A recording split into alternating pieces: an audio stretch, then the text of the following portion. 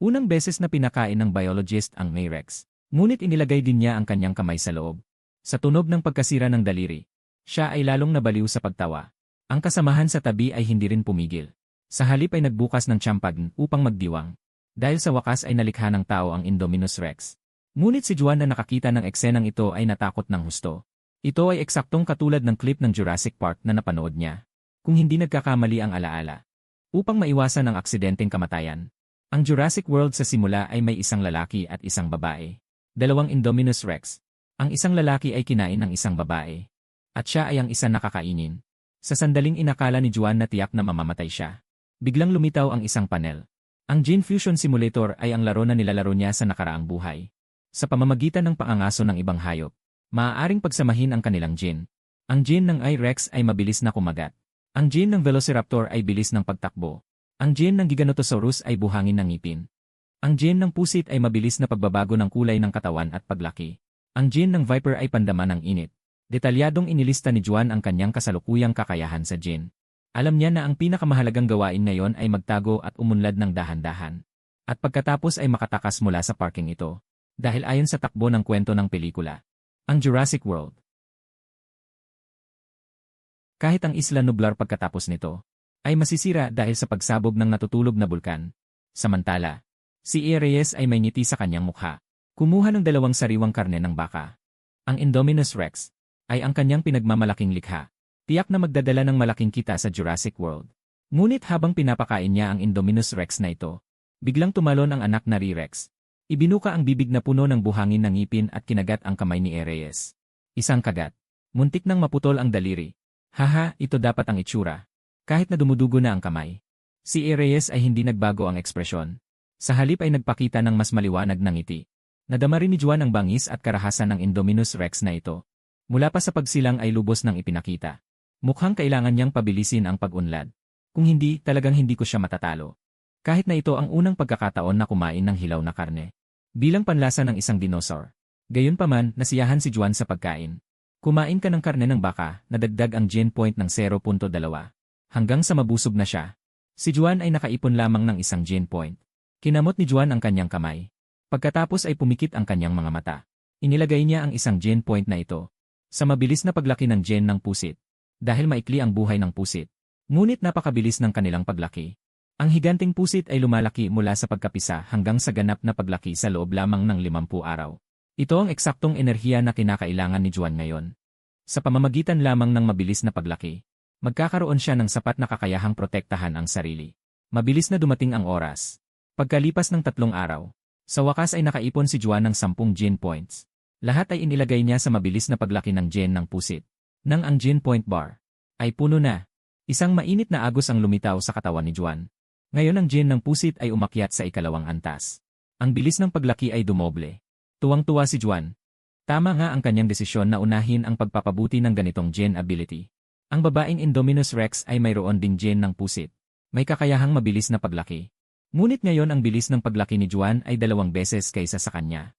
Kapag nagkaroon siya ng mas malaki at mas malakas na katawan, na sinamahan ng kalamangan ng katalinuhan ng kaluluwa ng tao, hindi na kailangang matakot si Juan sa kanya. Pagkalipas ng ilang araw, ang 2 I-Rex ay dinala sa Jurassic World.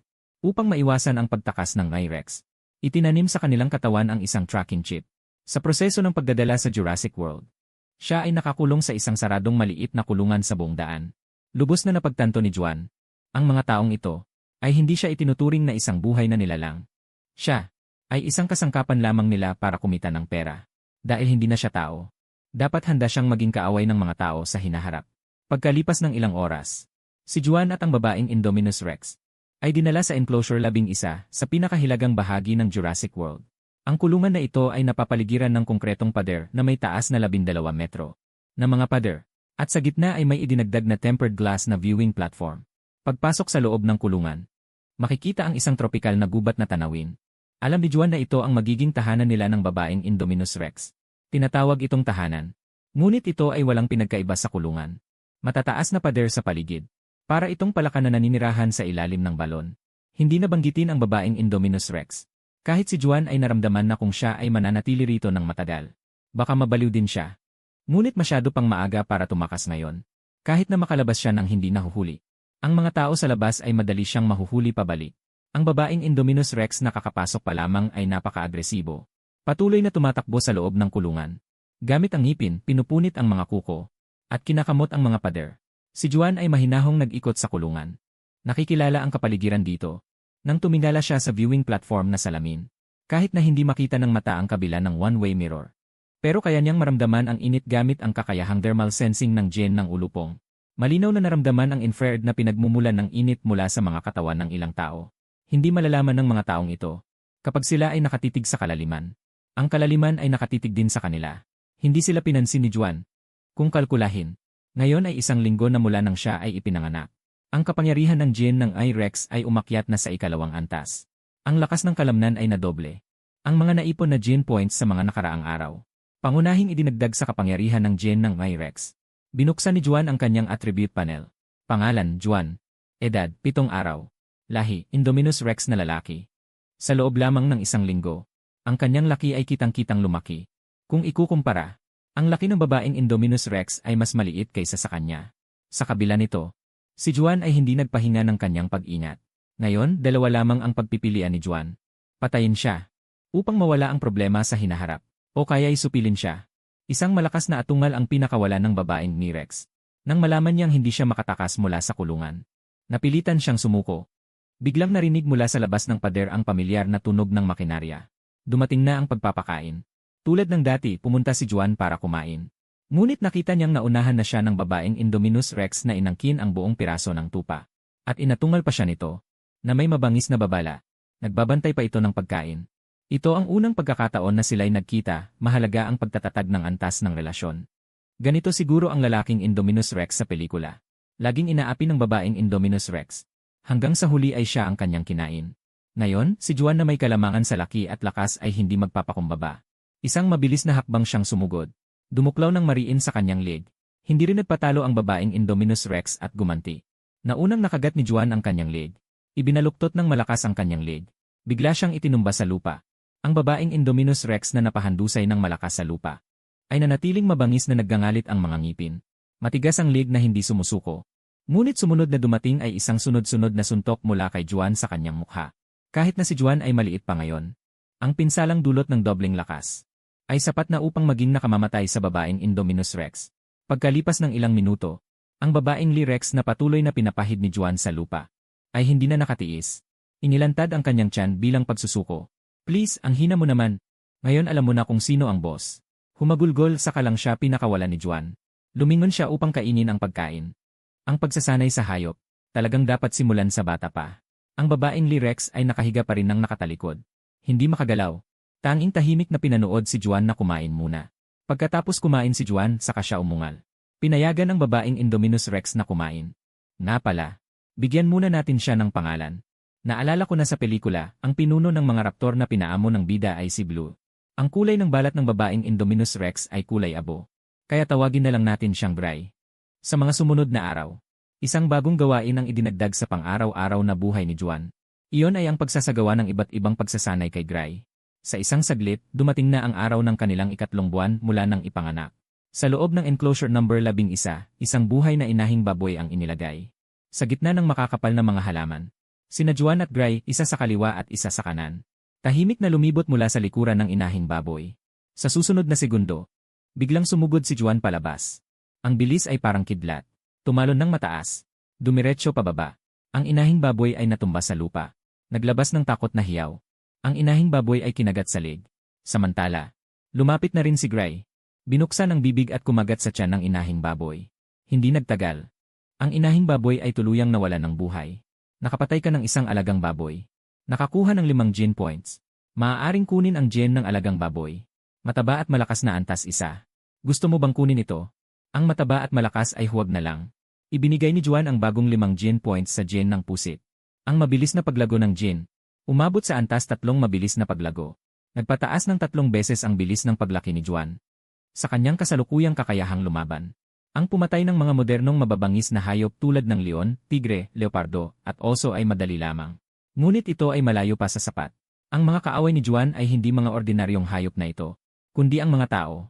Kapag mayroon na siyang tunay na kakayahang harapin ang mga armadong tao. Saka lamang siya mag-isip na makatakas mula sa enclosure. Ang buong inahing baboy ay mabilis na natupok ng dalawang Indominus Rex. Ang heat source perception ni Juan ay sensitibong naramdaman. May isang taong naglakad papunta sa glass viewing platform. Ang dumating ay si A. Reyes at isang matabang lalaki na may malaking tiyan. Ang huli ay mula sa pribadong grupo ng mga mersenaryo. Ang pangalan ay Hoskins. A. Reyes, talagang ginawa mo ang pinakaperpektong makina ng pagpatay sa mundo. Ngunit ang dalawang ito na Indominus Rex ay ipinanganak ng sabay. Bakit ang laki ng pagkakaiba sa laki ng katawan? Si Hoskins ay puno ng kagalakan. Nagdagdag ako ng gin ng pusit sa kanilang mga katawan upang bigyan sila ng mas mabilis na paglaki.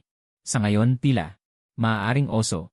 Ang pusit na gin sa loob ng Indominus Rex ay mas malaki ang bahagi, kaya't mas mabilis ang paglaki. Paliwanag ni A. Reyes. Iyan ay talagang maganda. Lalong naging masigla si Hoskins. Ang dalawang Indominus Rex na ito, sa katunayan, mga unang sample lamang na pinalaki ni A. Reyes. Sa harapan, mga exhibit sa Jurassic World. Sa likod, plano silang gamitin sa digmaang militar. Kung ang susunod na Indominus Rex ay magpapakita ng inaasahang pagganap, si A. Reyes ay magpapatuloy sa mass production. Lilikha ng isang hukbo ng Indominus Rex. Ika-10 buwan mula ng ipanganak. Ang haba ng katawan ni Juan ay lumampas sa 15 metro. Taas na 7.5 metro. Doble ang timbang sa 20 tonelada. Naabot na ang laki ng sub-adult na lumitaw sa pelikula. Laki ng babaeng Indominus Rex. Bukod dito, lahat ng kakayahan ng gene ni Juan ay umakyat na sa antas 5. Nakumpleto ang kagat na lakas ng advanced ni Rex gene. 5 ang advanced sa pinatibay na kagat panandang pandagdag bilis ng takbo ng Velociraptor gene. 5 ang advanced sa mabilis na paggalaw. Buksan ang aking data panel. Pangalan, Juan. Edad, 10 buwan. Lahi, Indominus Rex. Kung ihahambing, si Gray na parehong 10 buwan ay may haba na 7 metro lamang. Taas na 3.5 metro. Timbang na 4 tonelada. Ang pagkakaiba sa laki kay Juan ay 5 beses. Halos tama na. Oras na para makatakas mula sa pagkaalipin. Mabawi ang kalayaan. Wala nang saysay ang manatili pa rito. Una, dahil kakaunti ang mga mapagkukunan. Araw-araw, limitado ang pagkain na ibinibigay ng mga tao. Pangalawa, dahil masyadong matagal nang nakakulong sa saradong kapaligiran. Ayaw na ni Juan na manatili sa makitid at masikip na hawlang ito. Tatak. Palayasin ang lahat ng tao mula sa islang ito. Walang matitira. Lumingon si Juan at sumigaw kay Gray na kumakain pa rin ng buong gana. Ang sigaw na ito ay sumisimbolo sa simula ng aksyon. Ang Indominus Rex sa pelikula. Una, ginamit ang inferred camouflage ability ng Tree Frog gene upang i-block ang inferred scanner sa loob ng enclosure. At nag-iwan ng mga gasgas sa dingding para akalain ng mga tao na nakatakas siya sa pamamagitan ng pag-akyat sa pader. Bumalik si Claire sa control room upang subaybayan ang bakas ng Indominus Rex. Ngunit natuklasan na siya ay nakatago sa loob ng enclosure. Hindi kailanman umalis. At sa oras na yon, ang iba ay pumasok na sa enclosure. Ang Indominus Rex na laging nagtatago ay lumabas na lamang. Hinarang ang maliit na pinto. Ang mga security guard sa loob ay napilitang buksan ang malaking pinto at tumakas. Sa wakas ay naabutan niya ang pagkakataon. At tumakas mula sa enclosure sa pamamagitan ng malaking pinto. Ngunit ang seryeng ito ng mga aksyon ay halos swerte lamang. Samantalang ang plano ng pagtakas ni Juan ay walang maraming paligoy-ligoy. Diretso na lang ang pagsugod. Matapos magtama ang mga mata. Ang pintong ito ay hindi talaga makakapigil. Ngayon, siya. Ang suntok na ito ay naglalaman ng 10 buwan kong kahihiyan at pagtitiis ng pagkakulong at pagkakabihag. Kahit si Jesus dumating ay hindi makakapigil. Sa itaas ng grandstand, si Masrani at Claire ay hindi makapaniwala sa kanilang mga mata. Ano ba yan, biro ba to? Ang Indominus Rex na yon ay direktang bumangga sa malaking pinto. At nakatakas mula sa enclosure. Sumunod din si Gray sa akin at nakatakas mula sa enclosure 11. Sa labas ng enclosure, may isang grupo ng mga inhinyero na nagtatrabaho doon. Dinosaur! Dinosaur! Nakatakas! Lahat ay labis na takot na wala ng malay tao. Nagpupumiglas na tumakbo. Ngunit isang manggagawa bago pa makatakbo ng ilang hakbang. Isang makapal, mahaba at matigas na buntot ay biglang sumugod. Ang taong ito ay malakas na pinalipad ng 10 metro ang layo. At bumagsak ng husto sa lupa. Nabali ang buto, nagkapira-piraso. Sa harap ng mga tao, si Juan ay walang kahit anong awa. Ang bakal na kumikinang na metal. Sa isang indayog ng kanyang mga kuko, napuksa ang isa. Napatay mo ang isang tao. Nakakuha ng 2 gene points. Si Juan naman ay naiinis sa kaunting gene points. Mas mabuti pa ang pumatay ng isang inahing baboy. Si Gray na sumusunod sa kanya ay biglang naging sobrang excited. Isang mabilis na hakbang, lumundad. Binuksan ang bibig at kinagat ang isang manggagawa. At nilamon ito ng buo. Sa loob ng wala pang kalahating minuto. Sa labas ng enclosure 11, wala nang natira kundi guho. At ang pangunahing salarin. Ang dalawang Tyrannosaurus ay malayo na sa glass viewing platform. Sina Masrani at Claire ang tanging nakaligtas sa eksena. Makipag-ugnayan agad sa control room. Hanapin ang lokasyon ng dalawang Tyrannosaurus. Ipagbigay alam sa asset management team. Magpadala agad ng armadong grupo upang sila ay hulihin. Nagmamadaling utos ni Masrani at saka. Hayaan ng asset management team na magdala lamang ng hindi nakamamatay na armas. Huwag silang saktan. Siguraduhing makuha silang buhay. Hindi niya nakalimutang bigyang diin. Si Juan ay humakbang ng matatag at malakas. Dala si Gray, mabilis na umalis sa lugar ng paddock 11. Sa paggamit ng telepatikong pandama ng ahas Jin, nakikita ang anumang galaw sa loob ng 1 kilometrong radius. Habang naglalakad, naramdaman ni Juan na sa wakas ay nakatakas na siya mula sa kulungan. Hindi mapigilang ibuka ang kanyang mga braso. Ano ang nasa kabila ng dagat? Tiyak na kalayaan iyon. Ang pagtakas mula sa paddock ay unang hakbang lamang. Panahon na upang bigyan ang mga taong ito na mayabang ng kaunting gulat mula sa mga dinosaur. Iniabot ko ang aking mahabang harapang braso. Natagpuan ang isang tiyak na bahagi ng aking kaliwang balikat. Bigla kong isinaksak ang aking bakal na kuko ng malalim. Pagkatapos ay lumitaw ang isang chip na kasing laki ng hinlalaki ng tao sa aking kamay. Sumunod, tinanggal din ni Juan ang chip na itinanim sa kaliwang balikat ni Gray. Bagaman matagumpay na nakuha ni na Juan at Gray ang mga chip, hindi naman ito basta itinapon ni Juan. Sakaling magagamit ito upang gantihan ang mga tao. Sa loob ng control room ng Jurassic World, nagmamadaling dumating sina Masrani at Claire na galit. Batay sa RFID chip na itinanim sa dalawang Tyrannosaurus. Maaaring masubaybayan ang kanilang lokasyon. Kasalukuyang mabilis na kumikilos patimog. Tumatawag ang control room ng Jurassic World sa Asset Management Team 1. Ang layunin ay ang dalawang nakatakas na Tyrannosaurus. Gumalaw. Gamitin ang hindi nakamamatay na armas. Sagot ng mahigit 10 armadong miyembro ng Asset Management Team 1. Sabay-sabay na sumagot. Mabilis na naghanda ng hindi nakamamatay na armas. Sumakay sa dalawang sasakyan at mabilis na umalis. Sa malaking screen ay ipinakita ang real-time na footage ng Asset Management Team. Sila ay tumigil. Biglang nagpakita ang chip locator na tumigil ang dalawang Tyrannosaurus. Bumaba lahat, simulan ang aksyon. Ang mga armadong tauhan na nakatanggap ng utos ay mabilis na bumaba ng sasakyan. Bawat isa ay may hawak na sandata. Maingat na pumasok sa malalim na kabubatan. Ang pinuno ng unang pangkat ay isang Asyanong mersenaryo. Ang kanyang kanang kamay ay may suot na relo na may tracker. Ang grupo ay tumawid sa isang umaagos na sapa. Tiningnan ng pinuno ang lokasyon na ipinapakita ng relo. Ito ay nagkakapatong sa kanyang kasalukuyang posisyon. Ngunit wala namang nakikitang dalawang Indominus Rex sa paligid. Wala ring nakitang anumang abnormal ang heat sensor. Kakaiba habang nagtataka ang pinuno. Biglang tila may natuklasan siya. Gumawa siya ng isang senyas. Upang patigilin ang kanyang mga kasamahan sa likuran. Dalawang kulay abot puting bato ang pumasok sa paningin ng pinuno. Ngunit nang masusing tumingin siya, sa kanya natanto na hindi iyon mga bato. Iyon pala ay 2 piraso ng laman na natatakpan ng kulay abot puting kaliskis. Lumuhod ang pinuno. Pinulot ang isa sa mga piraso ng laman na hindi pa namumuo ang dugo. Binaligtad niya ito. At nakakita siya ng RFID chip na nananatili pa roon. Kumikislap-kislap ito ng liwanag. Ano yon? Nagtanong si Masrani mula sa command center ng Jurassic World. Iyan ang chip na nakabaon sa loob ng 2 Indominus Rex na dinosaur. Hinukay nila ang chip. Natigilan si Claire. Tumulo. Sa gitna ng sinaunang gubat, biglang may patak ng dugo na tumulo sa kamay ng leader. Itaas. Tuminala ang leader. Nakita ang mga dahon sa itaas. Hindi alam kung kailan ito napuno ng dugo. Ang makakapal na kagubatan ay kumilos ng walang hangin. Sa sumunod na segundo sa paningin ng leader, isang malaki at nakakatakot na butiki. Ang ulo ay biglang lumitaw sa pagitan ng matataas na puno. Sinundan ito ng buong makapangyarihan at matapang na katawan ng dragon. Sorpresa, di ba?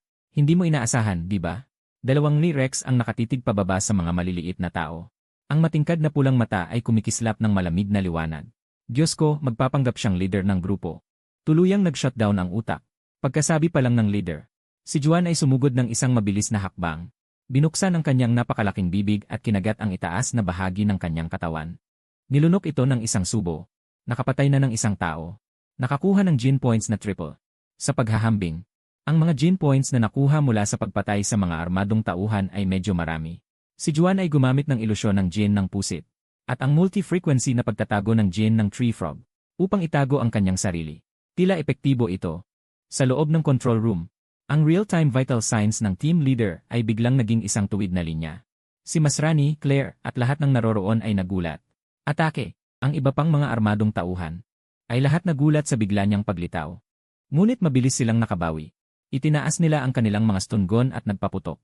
Gayunpaman, nang tumama ang mga darts sa katawan ni Juan, ang ganitong antas ng pagkabigla ay nagparamdam lamang sa kanya ng bahagyang pamamanhid at kiliti sa kalamnan. Walang pinagkaiba. Si Juan na hindi pinansin ang stun gun.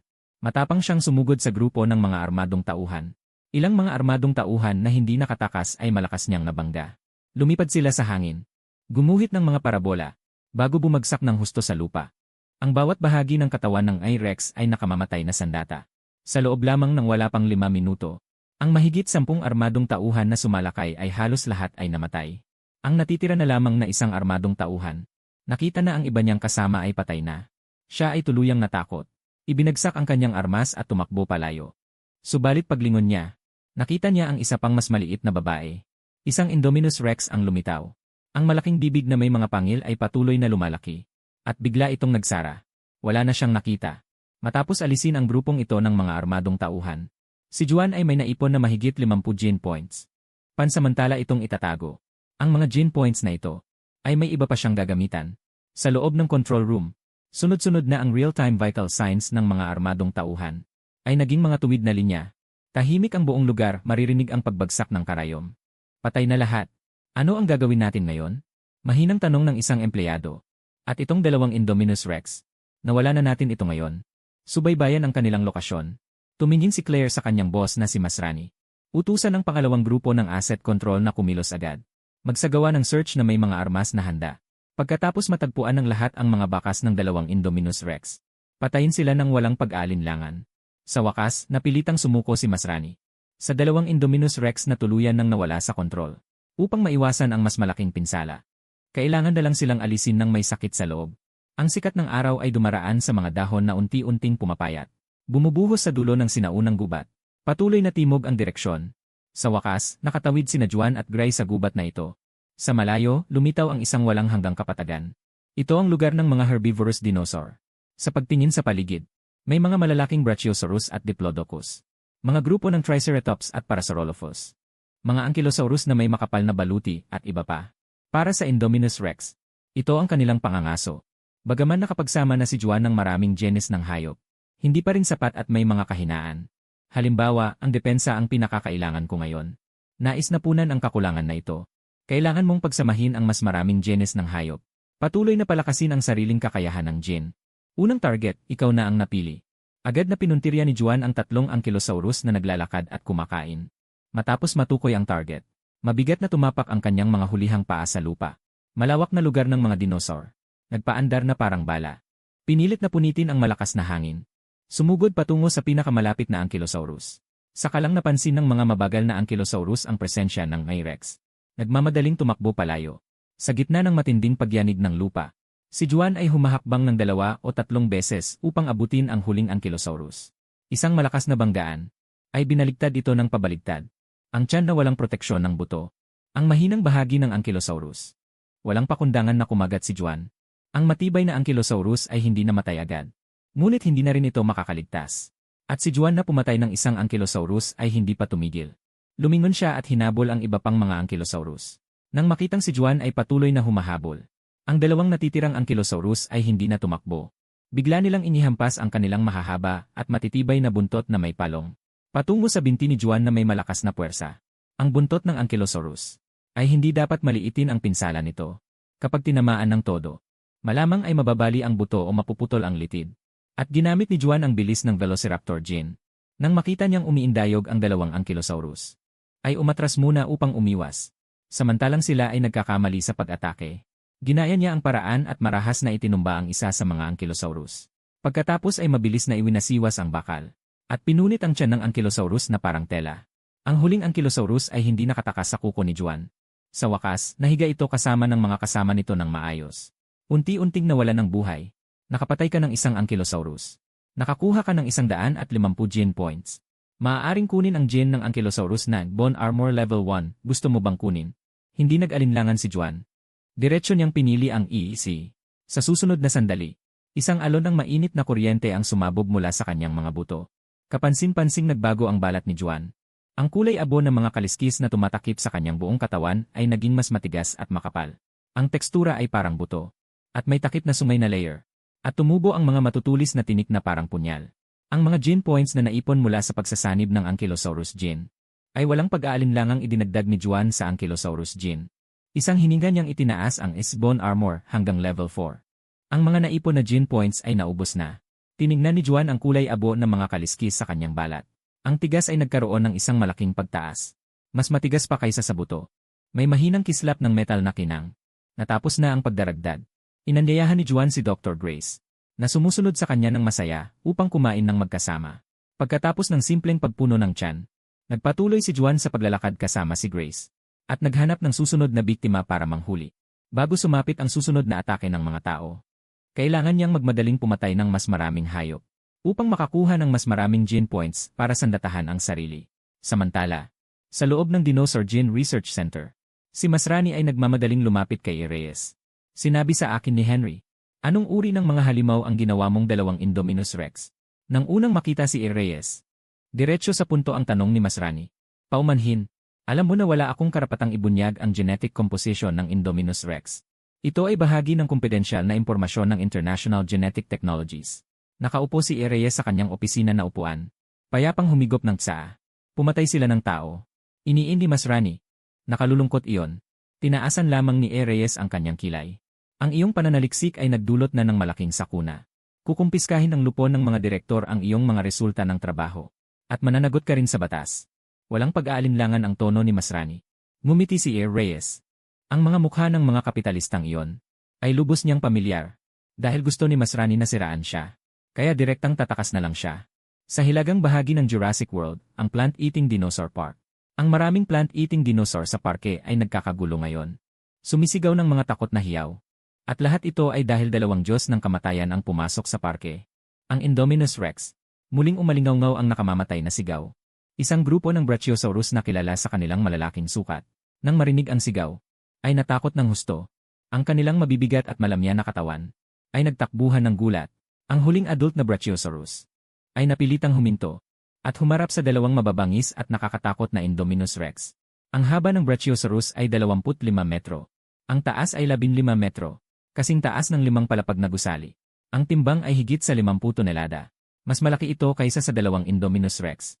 Ngunit ito ay isa lamang plant-eating dinosaur. Sa harap ng Brachiosaurus na mas malaki kaysa sa kanya, si Juan ay walang takot. Sa pagtulak ng kanyang hulihan na mga binti, diretsong dinurog ang lupa.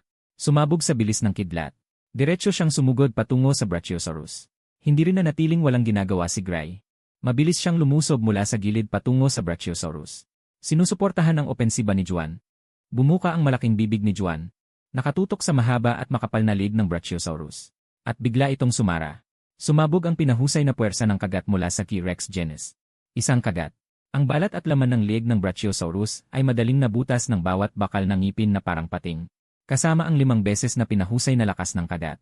Diretso nitong naputol ang buto ng leg nito. Ang buong malaking katawan ng dinosaur ay bumagsak sa lupa tulad ng isang gumuhong bundok. Nagpatuloy si Juan sa pagtapos. Tumpak na itinusok ang bakal na kuko sa pangunahing arterya ng leg ng Brachiosaurus. Hindi nagtagal. Namatay ang Brachiosaurus dahil sa labis na pagkawala ng dugo. Nakapatay ka ng isang Brachiosaurus. Nakakuha ng 300 gene points. Maaaring kunin ang genes ng Brachiosaurus. Paglaki ng katawan, gusto mo bang kunin ito? Nagising ang espiritu ni Juan. Ang kakayahan ito mula sa genes ng Brachiosaurus ay napakakapaki-pakinabang. Para sa kanya, ang laki ay lakas at kagandahan. Kung isang araw ay magiging kasing laki ng King Kong o Godzilla, iyon ang magiging kasiyahan.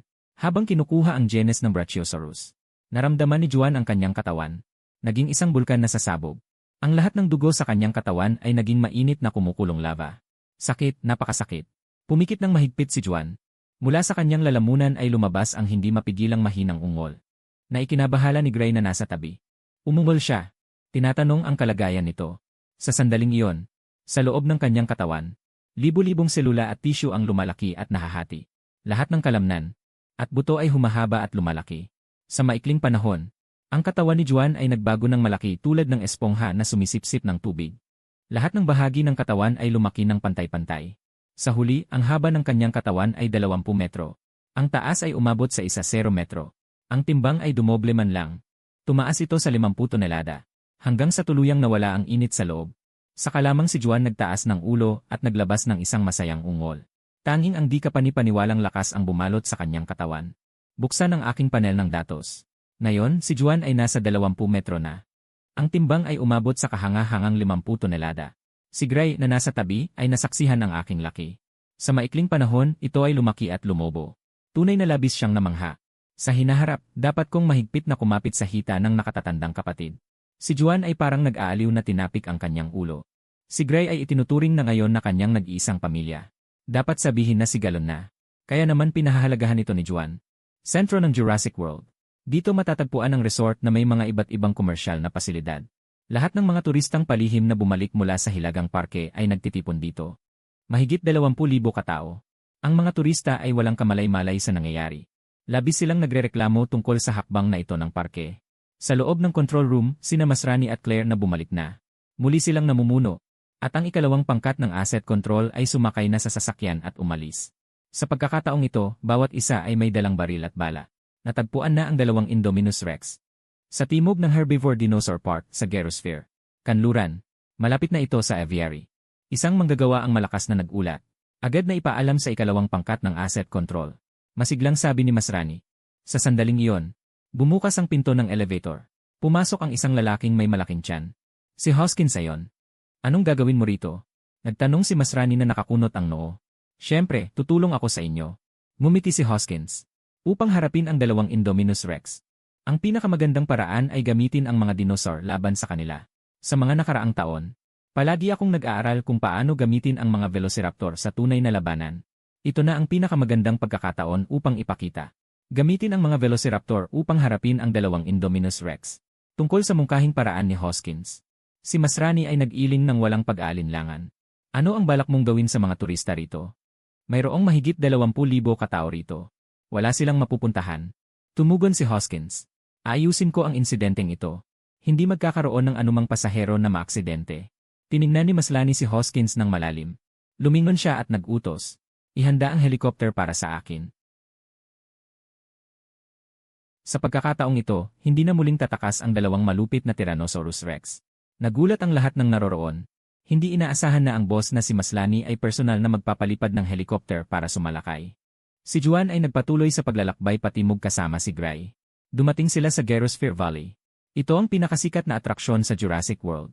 Ang mga turista ay maaaring sumakay sa Gerosphere para maglibot. Makalapit sa mga maamong herbivorous dinosaur. Subalit ngayon dahil sa biglaang pangyayari, ang Gerosphere ay tumigil na sa operasyon. At ang kapayapaan at kagandahan ng lugar na ito ay tuluyang nasira. Sa lahat ng dako ay makikita ang mga bangkay ng herbivorous dinosaur na nakahandusay. Si Juan ang unang nag-upgrade ng kakayahan ng gen ng Ankylosaurus sa Antas 5. Natapos ang pag-advance. Kasabay nito, ang baluti na tumatakip sa kanyang katawan ay muling nagbago. Ang kulay ay naging metalikong puting pila. Ang tigas ay katulad ng espesyal na steel plate. Bukod dito, si Juan ay nanghuli rin ng Triceratops, Stegosaurus at iba pang herbivorous dinosaur. Kinuha niya ang mga bagong gen mula sa kanila. Gen ng Triceratops, mga sungay na buto, gen ng Stegosaurus, mga spike na buto. Sa ganitong kagamitan, natural na lubhang tumaas ang pagiging opensiba ng ulo at buntot ni Juan. Kahit gamitin ang headbutt o tail swing, may kasamang sugat na tinusok ng mga sungay at spike. Sa oras na yon, biglang umalingaw ang inday ng makina mula sa malayo. Sa pamamagitan ng psychic perception, natuklasan ni Juan, may 2 sasakyan pang mabilis na papunta sa kanilang kinaroroonan. Dumating na muli ang mga humahabol na tao. Alam ni Juan na sa pagkakataong ito ang mga tao ay tiyak na seryoso. Napakadelikado. Hindi dapat magpakampante. Agad na sumigaw si Juan kay Gray. Dinala siya upang muli sumisid sa makapal na gubat. Gamit ang camouflage ng gene ng pusit. At ang multi-frequency stealth ng gene ng tree frog ay nagtago sila. Pagkalipas ng ilang sandali, ang ingay ng makina ng 2 sasakyan ay papalapit na. Kasabay nito, sa nangungunang sasakyan, sa upuan ng pasahero ay nakaupo ang pinuno ng Asset Control Team 2. Isang malaking itim na lalaki. Sa kanyang kamay ay may hawak na Advanced Radar Life Detection Device. Biglang naglabas ng babala ang radar life detector. Agad na nagpakita ang isang malinaw na pulang tuldok sa screen. Natagpuan sa direksyong 3:00. Agad na nag-utos ang itim na leader. Ngunit nagtataka pa rin ang itim na leader. Bakit isa lang ang target na natagpuan sa paligid? Biglang may malakas na putok mula sa likuran. Nang lumingon ang itim na leader, halos hindi makapaniwala sa kanyang mga mata. Nakita niyang biglang tumilapon ang pangalawang SU sa likuran. Sa sandaling bumagsak ito, may isa pang paa ng dinosaur na parang haligi ang dumapak. At dinurog ang buong sasakyan na parang tinapay na bakal. Oh my God! Hanggang sa itaas ng ulo ang itim na leader. Sa kanya nakita kung sino ang may-ari ng paa. Isang napakalaking nilalang na sumasaklaw sa kanyang buong paningin. Iyon ang pinakamalaking Rex. Indominus Rex. Ayon sa datos, ang haba ng semi-adult na Indominus Rex ay 15 metro. Taas na 7.5 metro. Ngunit hanggang sa makita niya mismo, natuklasan ng itim na leader na ang tunay na Indominus Rex ay doble ang laki kaysa sa datos. At hindi man lang ito natukoy ng radar life detector. Ang presensya ng Indominus Rex. Kaya ba nitong harangan pati ang radar electromagnetic waves? Sa loob ng control room ng Jurassic World, si Claire at ang iba ay nanonood ng may tensyon. Ng live footage na ipinadala ng Asset Control Team 2. Beep beep beep. Paulit-ulit na tumunog ang pamilyar na beep. Sa pagtingin sa screen na ang malupit na Rex ay biglang lumitaw na parang multo. Si Claire at ang iba ay namumutla na sa takot. May kakayahan pa pala siyang magtago sa radar. Hindi ako nagkakamali, di ba? Parang bigla siyang lumaki ng husto. Mayroon pa siyang mga sungay. At sa buntot ay may mga matutulis na tinik. Diyos ko, kaya ba siya patuloy na nag-evolve? Noong hinarap ko siya, talagang naramdaman nila na ang kanilang pananaw ay labis na nyanig. Barilin! Barilin! Sa kagubatan ng lambak, ang itim na leader ay labis na nagulat. Ngunit mabilis na nakarecover. Malakas na nag-utos. Ratatat! Bago pa matapos ang salita. Ang mga miyembro sa loob ng sasakyan ay may mga submachine gun o assault rifle. Ang malamig na dulo ng baril ay patuloy na naglalabas ng apoy. Hindi mabilang na bala ang bumubuo ng metal na bagyo. Itinutok sa aking malaking katawan ng dragon at baliw na bumubuhos. Gayunpaman, sa inaasahan ng lahat, ang eksena na ang malupit na Tyrannosaurus ay butas-butas ay hindi lumitaw. Ting-ting-ting. Hindi mabilang na bala ang tumama sa katawan ng Rex. Ngunit naglabas ito ng mga tunog na parang metal na nagkikiskisan. Nagkiskisan at naglabas ng matinding spark. Paano ito posible? Isang nakakatakot na tanawin. Lumalampas ito sa kaalaman ng lahat ng naroroon. Ito lang, ginaganyan niyo ako. Hindi umiwas si Juan. Binaliwala ang mga paparating na bala. Naglakad ng malalaking hakbang. Patakbo papalapit sa sasakyan. Ang mga punong humahadlang sa daan ay dinurob ng kanyang malupit na katawan ng dragon. Magmaneho na! Magmaneho na! Mabilis na sumigaw ang itim na kapitan. Buong lakas na pinatakbo ang makina. Nagsisikap na tumakas. Ngunit ang bilis ni Juan ay mas mabilis kaysa sa nag-uumpisang sasakyan. Palapit ng palapit ang distansya. Bam! Hindi pa rin naniniwala ang itim na kapitan. Hawak ang isang sniper rifle na nakatutok sa aking ulo. Biglang pumutok ang gatilyo. Sa ilalim ng nakakasilaw na apoy ng baril, lumabas ang bala ng sniper. Sa isang iglap tumama ito sa ulo ni Juan. Sa loob ng 100 metro, ang bala ng sniper na kayang tumagos sa 20 na kapal ng bakal. Nang tumama sa kaliskis ng ulo ng Rex, ay naipit lamang doon. Nag-iwan lamang ng mababaw na butas. Maganda ang sugat. Kahit papaano ay nagasgas ang balat. Ang Rex ay naglabas ng isang malakas na atungal. Sumunod na segundo, si Juan ay lumapit sa mga natatakot na tao. Lundag na!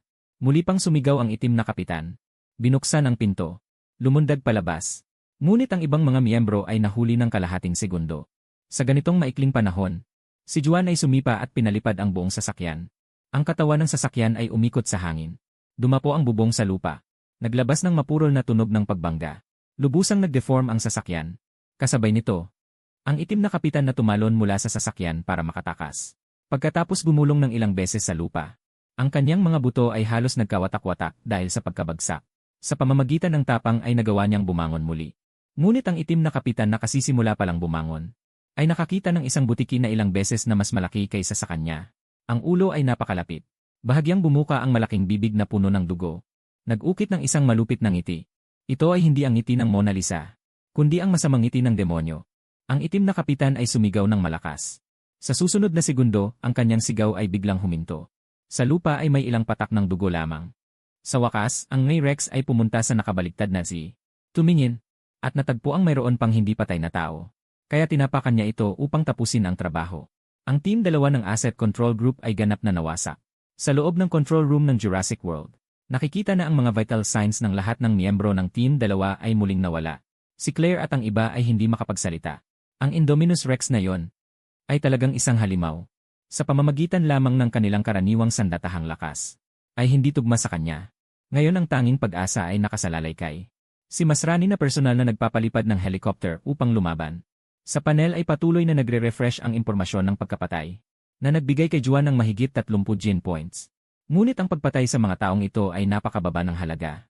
Ang kakaunting gene points na ito ay hindi sapat. Hindi man lang sapat para sa kagat ng ngipin ni Juan, hanggang matapos ang laban. Si Juan ay sumigaw ng isang beses upang tawagin si Gray na nagtatago. Dahil siya ay hindi tulad ni Juan. Kapag tinamaan ng bala ng baril, tiyak na mawawala ng buhay. Kaya pinalagi ni Juan na nagtatago si Gray. At hindi lumilitaw. Si Gray ay lumapit kay Juan. At may pag-aalalang tiningnan kung siya ay nasugatan. Hanggang makita ang bala na nakaipit sa kaliskis ng ulo ni Juan. Kaya sumigaw si Gray para ibaba ni Juan ang kanyang ulo. Pagkatapos ay iniunat ang kanyang kuko. Tinulungan siyang maingat na tanggalin ang bala na naipit. At inilabas pa ang kanyang dila. Dahan-dahan niyang dinilaan ang sugat niya. Sige, sige na. Wala naman akong sugat. Isang patak lang ng dugo ang tumulo. Napatawa si Juan. Ang sugat mula sa bala ng sniper ay ilang patak lang ang dugo. Ngunit si Grele naman ay nag-iwan ng isang lawa ng laway. Sa sandaling iyon, biglang narinig ni Juan ang mga tunog ng rotor mula sa itaas. Ang ingay ng hangin na pinag-ikot. Sumunod siya sa tunog. At nakita niya ang isang helicopter. Diretsong pumupunta sa kanilang lokasyon. Bukas ang pinto nito at may naka-install na Q-134 heavy machine gun. Masama, nagising ang alarma sa puso ni Juan. Sumigaw siya kay Grele para paalisin muna ito. Siya na ang mga ngasiwa sa pag-akit ng atensyon ng helicopter. Napansin din ni Grele ang panganib. Ayaw siyang payagang makipagsapalaran. Ngunit sa mahigpit na sigaw ni Juan, napilitan siyang lumayo at nagtago sa masukal na kabubatan sa lambak. Si Juan naman ay pumili ng ibang direksyon. Mabilis na tumakbo. Ang kanyang target ay ilang daang metro ang layo. Ang pugad ng mga perosor sa dulo ng lambak na kabubatan. Dahil wala siyang kakayahang lumaban sa himpapawid. Harap sa helicopter na nasa himpapawid. Siya ay basta nalang tatamaan. Kung gayon, huwag niya akong sisihin. Kung tatawag ako ng mga kakampi. Nakita na ang target, alas 10 na direksyon. Samantala, ang piloto ng helicopter ay si Maslany. Kasama ang dalawang armadong tauhan. Bumuga ng apoy ang mabigat na machine gun sa pintuan ng helicopter. Ang putok ng baril ay naglabas ng nakakabinging ulan ng bala. Maraming malalaking bala ang sumunod sa G-Rex na walang tigil na pagbaril. Kahit na ang lambak na kabubatan. At ang masalimuot na lupain at mabilis na paggalaw ni Juan ay epektibong nakataka sa karamihan ng mga bala. Marami pa ring bala ang tumama sa katawan ni Juan na nagdulot ng tuloy-tuloy na tunog ng metal na nagumpugan. Paano nangyari yon? Ang katawan ng Indominus Rex na ito ay bakal ba? Ang eksenang ito ay nagpamangha sa tatlong tao sa helicopter. Bigla sa hindi kalayuan sa unahan. Isang malaking bilog na gusaling salamin. Ang pumasok sa paningin ni Maslany. Iyon mismo ang Pterosaur Pavilion. At ang lalaking Indominus Rex ay dumiretso sa Pterosaur Valley. Napakalakas na puwersa. Nabumuta sa tempered glass nito ng isang malaking butas. Nabiyak ang salamin sa lupa. Nang makita ito ni Maslany, agad nagbago ang kanyang mukha. Kapag nakatakas ang mga Pterosaur mula sa pavilion, hindi lang ang kanilang helicopter ang nasa panganib. Kahit ang mga turista na natigil sa Jurassic World, ay haharap din sa malaking kapahamakan. Pagkapasok pa lang ni Juan sa Pterosaur Pavilion, lahat ng Pterosaur ay nagkagulo. Sa harap ng napakalaki at nakakatakot na nilalang, walang hindi sumigaw sa takot.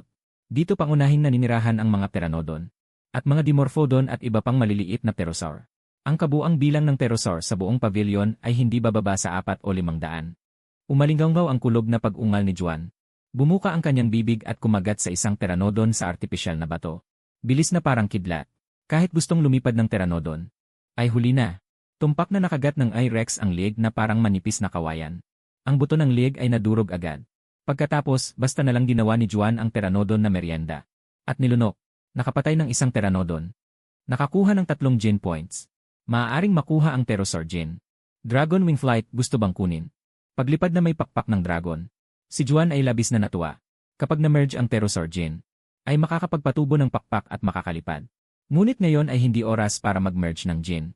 Hintayin munang malutas ang mga humahabol na tao. At pagkatapos makahanap ng ligtas na lugar ay saka na mag-merge.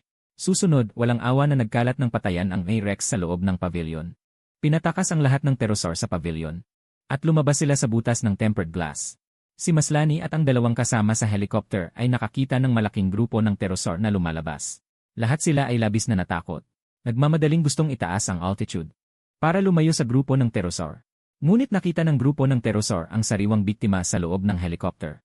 Bakit nila ito papakawalan? Isang Pteranodon ang marahas na bumangga sa helicopter. Naging dahilan para manginig ang buong katawan ng sasakyan. Sa pintuan ng cabin, ang armadong tao na nagpapatakbo ng mabigat na machine gun. Nadulas ang kanyang mga paa at nahulog palabas ng pinto. Salamat sa mahigpit niyang pagkakahawak sa pinto. Kaya hindi siya nahulog. Ngunit sa susunod na segundo ay may isa pang Pteranodon na dumating na lumilipad. At sa pilitan siyang kinuha sa pamamagitan ng tuka. Ito ay simula pa lamang. Dumarami ang mga Pteranodon na nagtitipon-tipon. Sila ay marahas na umaatake sa helicopter. Hanggang sa ang rotor ng helicopter ay naputol at natanggal dahil sa matinding banggaan. Dumagundong. Ang buong helicopter ay nahulog mula sa langit na parang isang pinalipad na saranggola na naputol ang tali. At bumagsak sa loob ng pugad ng mga pteranodon. Ang sasakyan ay sumabog ng malakas. Ang piloto na si Masrani at ang armadong tao na nakaupo sa tabi niya ay kapwa namatay dahil dito. Walang natira kahit buto. Sa loob ng control room ng Jurassic World. Sina Claire at ang iba pa na nakasaksi sa pangyayari ay namutla ang kanilang mga mukha. Sila ay lubos na nawalan ng pag-asa. Mabilis mag-broadcast ng paglikas agad. Si Claire ay sumigaw ng nagmamadali sa lahat ng mga turista na na-realize ang sitwasyon. Sa lugar na yon, isang tao lamang ang hindi mapigilang umiti. Si Hoskins ayon. Sa sandaling mamatay si Masrani, wala nang makakapigil sa kanya upang isagawa ang kanyang plano. Jurassic World Resort. Mahigit 20,000 turista ang pinagsama-sama dito. Mga kababaihan, mga ginoo, dahil sa abnormal na kontrol. Mangyaring lahat ng turista ay agad na humanap ng kanlungan. Biglang tumunog ang mga broadcast isa-isa. Bago pa man nakareact ang mga turista, narinig nila ang serye ng matatalim na tili mula sa kalangitan. Sinundan nila ang tunog at tumingin. Ito ay isang malaking grupo ng mga pteranodon na lumilipad na nagpapakita ng kanilang mga kuko at ngipin. Bakit napakaraming pteranodon ang pinakawalan? Biglang nagkagulo ang lugar. Ngunit ang lumilipad na grupo ng mga pteranodon ay mas mabilis. Ang malalaking pteranodon ay sunod-sunod na sumisid pababa. At binuhat ang mga turista sa lupa na parang mga sisiw. Sa maikling panahon, maraming turista ang nasugatan. Dumaloy ang dugo sa lupa. Ang eksena ay sobrang magulo. Sa oras na yon, isang 4 na gulong na motorsiklo ang dumating na lumalabag sa direksyon. Ang lalaking nakasakay sa itaas ay walang pag-aatubiling itinaas ang baril na pampatulog. Sunod-sunod na pinabagsak ang mga lumalaganap na pterosaur. Ano ba talaga ang nangyari dito? Ang sitwasyon, ang dumating ay si Owen, ang bida ng seryeng Jurassic World. Kamakailan lamang. Siya ay gaya ng dati ay nagsasanay ng kanyang mga velociraptor sa Raptor Paddock. Ngunit nabalitaan niyang may biglaang insidente sa Jurassic World. Kaya pumunta siya upang alamin ang nangyayari. Hindi inaasahan na pagdating niya ay sinalubong siya ng malaking grupo ng mga pterosaur na umaatake. Sa pagdating ng mas maraming tauhan ng seguridad, saktong nasupil nila ang kaguluhan sa resort. Karamihan sa mga pterosaur ay tinamaan na ng mga pampatulog na bala. Pinagsama-sama at kinontrol. Ang ilang mga pterosaur ay nakatakas. Dahil may mga pakpak, kaya nilang lumipad palabas ng Isla Nublar. Kapag nakapasok na sila sa mundo ng mga tao, iyon ay magiging mapanganib. Hindi na mamalayan, dumilim na ang langit. Si Owen, na hindi pa alam kung ano talaga ang nangyari, nagmamadaling pumunta sa control room ng Jurassic World. Pagdating sa control room, si Owen ay nakasalubong si Hoskins. Ang huli ay may kasamang grupo ng mga armadong mersenaryo. Kinuha nila ang kontrol ng buong control room. Matapos ang sakripisyo ni Masrani, lahat ng orihinal na kawani ng Jurassic World ay tinanggal. Ganap na kinuha ng mga mersenaryo na dala ni Hoskins. Owen, dumating ka. Sakto. Ngayon ay ibinigay na ng board ang Emergency Action Authority para sa Jurassic World. Sa akin. Si Hoskins ay nagsabi kay Owen na may peking ngiti. Ano ba talaga ang nangyari? Bakit nakatakas ang mga pterosaur mula sa Pterosaur aviary? Nagtanong si Owen. Hindi mo pa alam kung ano ang nangyari. Hayaan mong sabihin ko sa'yo. Si Hoskins. Sa kanya ipinaliwanag ang buong kwento ng pagtakas ng 2 Indominus Rex. Ipinabatid kay Owen. Nalabis na nagulat sa huli. Mayroon akong isang plano ng labanan ngayon. Kailangan ko ang iyong kooperasyon. Kailangan ko ang iyong mga sinanay na velociraptor upang manghuli. Ang 2 nakatakas na Indominus Rex. Sa wakas, dahan-dahang inihayag ni Hoskins ang kanyang intensyon. Huwag mo nang isipin. Impossible ito. Hindi nagdalawang isip si Owen na tumanggi. Alam na alam niya sa kanyang sarili. Si Hoskins ay matagal nang nagnanais. Sa kanyang mga pinaamong velociraptor, hindi pa banggitin ang 2 Indominus Rex, na hindi kayang harapin ng 4 na velociraptor lang. At ang pagsasanay nila sa mga velociraptor ay hindi pa nailalapat sa tunay na labanan. Kapag ang mga velociraptor na nakalaya ay hindi makontrol, ang mga kahihinatnan ay hindi maiisip. Hindi ako nakikipag-usap sa iyo. Ngayon, ako ang may say dito. Ang aking mga tauhan ay pumunta na sa kulungan ng velociraptor. Handa nang isagawa ang operasyon. Kung mayroon ka man o wala, pareho lang ang resulta. Wika ni Hoskins sa isang tonong hindi mapag-aalinlanganan. Sa huli, para sa kaligtasan ng ibang turista, napilitan si Owen na sumang-ayon sa plano ni Hoskins. Nangako na siya mismo ang mamumuno sa mga velociraptor sa paghabol sa 2 Indominus Rex, kasama ang mga mersenaryo ni Hoskins upang patayin ang mga ito. Samantala, lahat ng pterosaur sa aviary ay nakatakas na sa pamamagitan ng butas. Ang nagbagsak na helicopter ay nasusunog pa rin ng mabangis. At bilang si Juan, ang pinagmulan ng lahat ng sakuna sa Jurassic World, ay umalis na sa Pterosaur aviary. Bumalik siya sa kagubatan ng lambak. Nakahanap ng isang tagong lugar. Fusion ng Pterosaur gene. Sa isip lamang, sinimulan niya agad ang pagsasanib ng Pterosaur gene. Ang pamilyar na pakiramdam ng pagkasunog sa katawan ay dumating muli. Sa buong kalamnan at buto ni Juan, hindi matiis ang sakit. Kumaluskos. Bigla mula sa tadyang sa magkabilang dibdib ni Juan. Dumating ang isang nakakabagbag na tunog ng buto. Dalawang makapal at mahahabang tubular na buto. Sumugat sa balat mula sa kanyang tadyang. Ang mga kaliskis ay dahan-dahang lumabas. Ang napakalaking sakit. Nagdulot kay Juan na hindi mapigilan ang isang atungal. Ang dalawang simetriko tubular buto ay guwang ang istruktura. Parang kawayan pagkatapos ng ulan, mabilis lumaki. Humaba hanggang 30 metro bago bumagal ang bilis. Huminto. Nang tuluyan itong lumantad. Ang buong balangkas ng mga pakpak ay may lapad na 60 metro. Ang pagsasanib ng Pterosaur gene ay nagpapatuloy pa. Pagkatapos mabuo ang balangkas ng mga pakpak, dahan-dahang bumuka ang isang manipis at patag na lamad ng pakpak. Sa wakas, malapit nang matapos ang pagsasanib ng gene ng Pterosaur. Unti-unting nawala ang sakit. Si Juan ay nagmamadaling pumunta sa tabi ng isang sapa. Sa pamamagitan ng refleksyon sa tubig, sinuri niya ang kanyang sarili. Isang salita, gwapo, ang buong pares ng mga pakpak ay natural na nabuo. Para bang ipinanganak na kasama nito. Matapos maisanib ang gene ng Pterosaur. Tulad ng inaasahan, tumubo ang isang pares ng mga pakpak. Nakuha ang kakayahang lumipad. Ngunit kung gaano kahusay ang kakayahang lumipad, kailangan pang subukan ng personal upang malaman. Si Juan ay umungal ng may sigla at damdamin. Tuminala siya sa malayong kalangitan. Isang pares ng pilak-puting dragon wings ay buong kapangyarihan at mabangis na nagladlad. Ang mapagmataas na katawan ng dragon. Para bang handang lumundag sa langit anumang oras. Si Juan ay pumapakpak ng mga pakpak ng dragon na parang kanyang mga braso.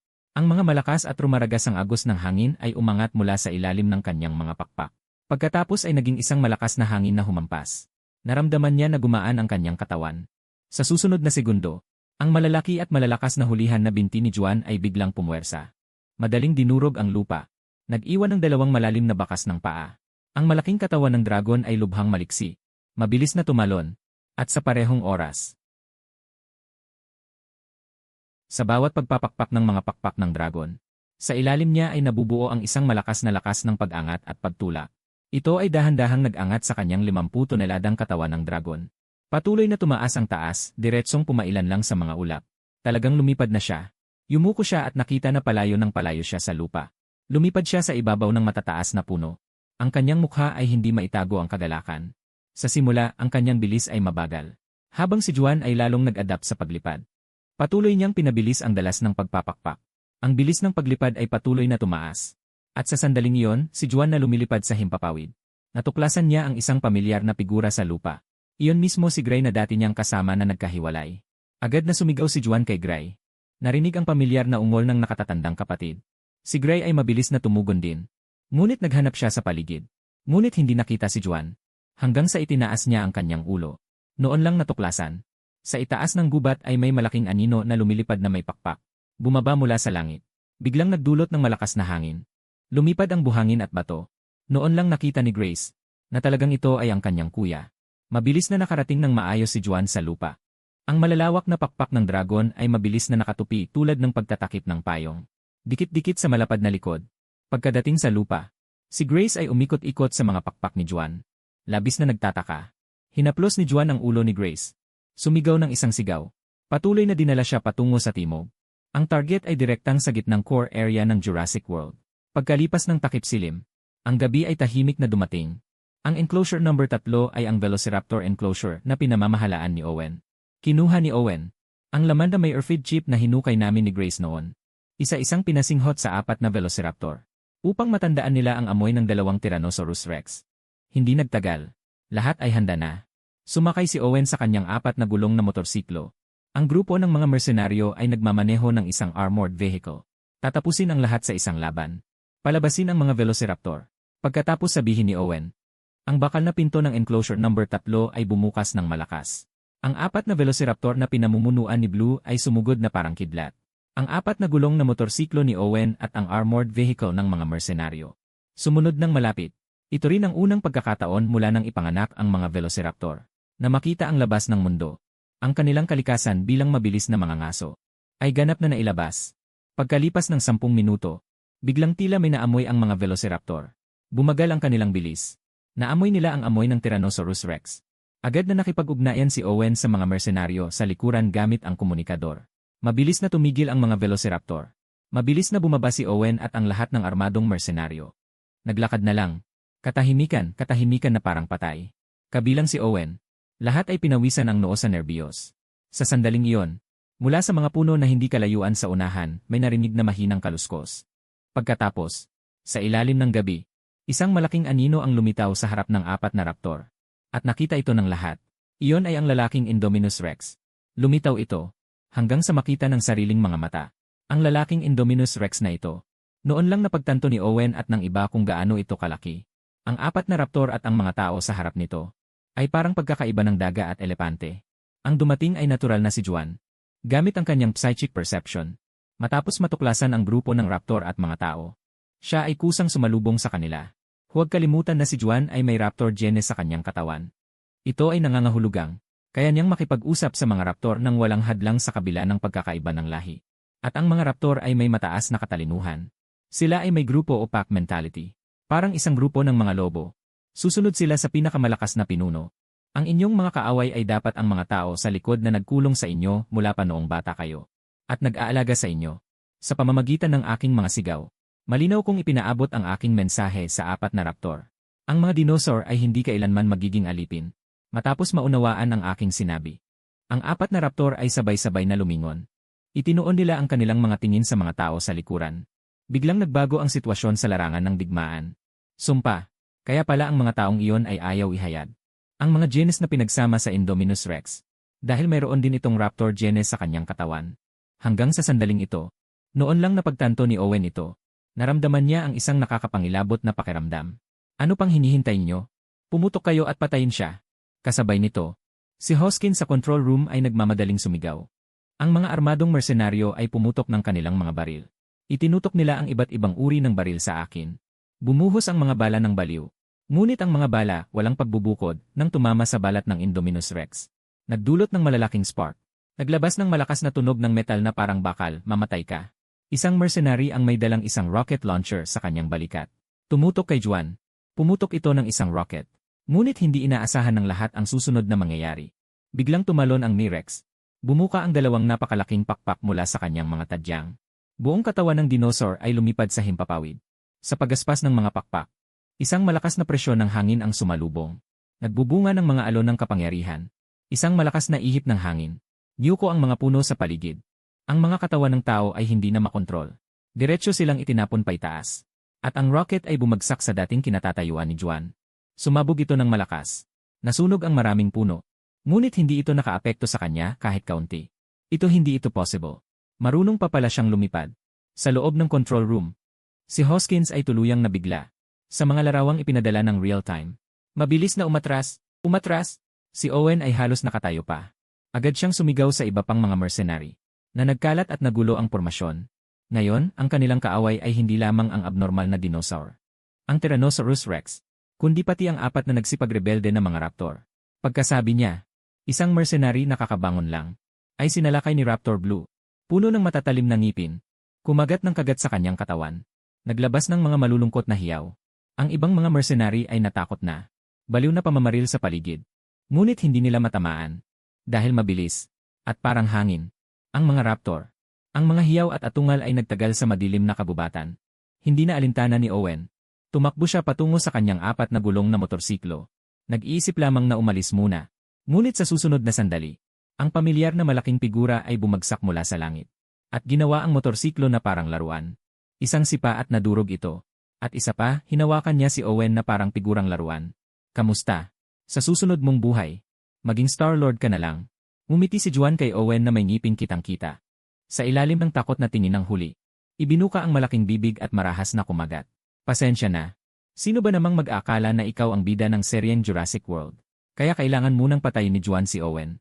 Sa ganitong paraan, hindi na maaaring mag-alsa ang 4 na mga raptor laban sa kanya. Sumunod, muling lumipad si Juan at sumugod sa mga natitirang mersenaryo. Inapi sila na parang mga langgam. Isa-isang dinurog. Sa gayon, ang grupo ng mga mersenaryo ay tuluyang nawasak. Ang 4 na mga raptor ay busog at nasiyahan.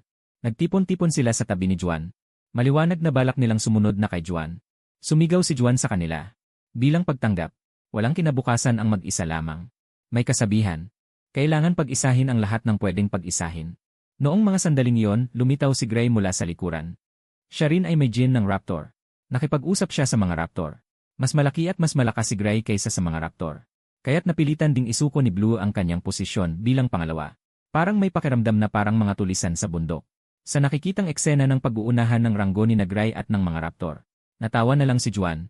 Pero hindi sila mga tulisan. Sila ang tunay na Avengers. Ang kanilang paghihiganti ay laban sa mga taong nagkukulong at nag-aalaga sa kanila. Ang mga dinosaur ay hindi kailanman magiging alipin. Tayo ay magiging hari. Muling umumbal si Juan. Pinangunahan si Gray at ang mga raptor na mabilis na umalis sa lugar. Matapos tumawid sa kabubatan, nakarating na sila sa sentral na puso ng Jurassic World. Matagal na silang hinabol ng mga tao. Ngayon ay dapat na silang gumanti. Samantala, sa control room, sobrang pangit ng mukha ni Hoskins. Ang mga ugat sa kanyang noo ay paminsan-minsang tumitibok ng malakas. Isang operasyon na akala niya ay tiyak na magtatagumpay. Ngunit bigo ng lubusan. Talaga ngang ang Indominus Rex ay perpektong biolohikal na sandata ng militar. Sa kasamaang palad, wala na itong pagkakataon ngayon. Mas mabuting umalis na muna. Kinuha ni Hoskins ang kanyang telepono. Agad niyang tinawagan si Reyes. Reyes, nagbago ang plano. Nawala sa landas ang misyon.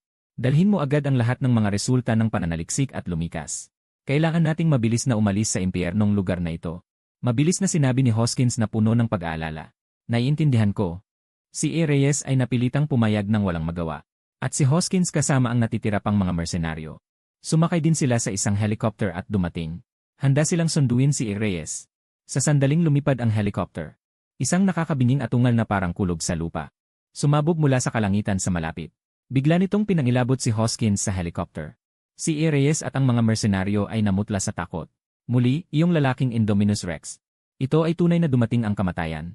Imposible, talagang imposible. Paano siya makakalipad? At naging napakalaki ng kanyang katawan. Si Reyes ay agad akong nakilala. Ito ang lalaking nilikha niya mismo gamit ang kanyang mga kamay.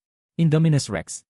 Walang sinuman ang mas pamilyar sa genetic composition ng Indominus Rex kaysa kay Reyes.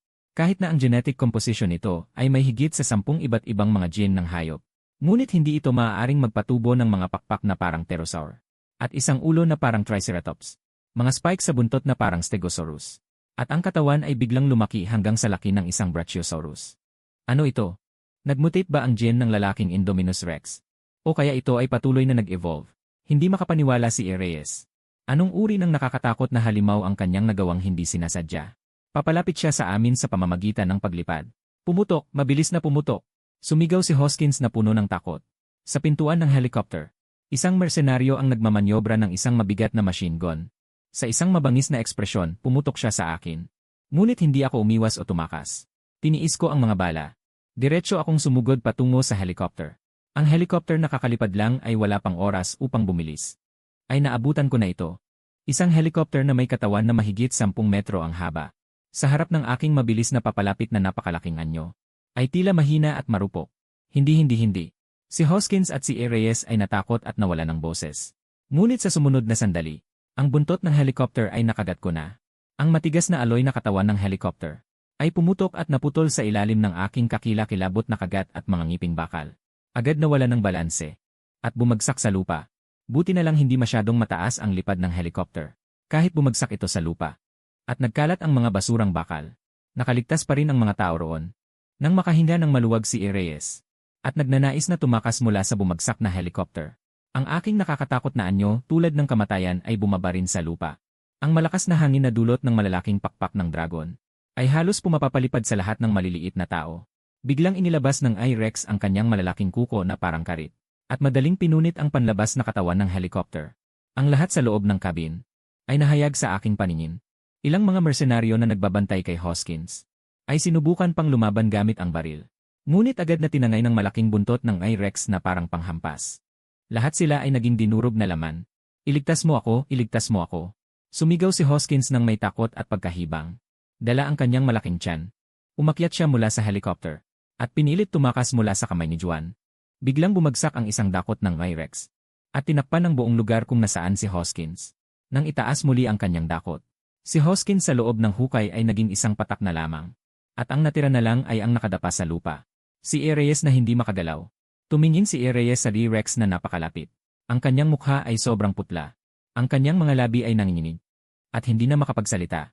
Nakita niya na sinasadya ng I-Rex na iwan siya sa huli. Ito ay nagpapakita na kilala siya ng I-Rex. At muli iniunat ni Juan ang kanyang malalaking kuko na parang karit. 2 daliri. At binuhat si Reyes na walang laban. Hanggang sa magkapantay ang kanilang mga mata. At doon tumigil si Juan. At sa sandaling iyon, nakita ni Reyes na bumuka ang sulok ng bibig ng kabilang panig. Muli niyang ipinakita ang kanyang katangiang ngiting nakabukas ang mga ngipin.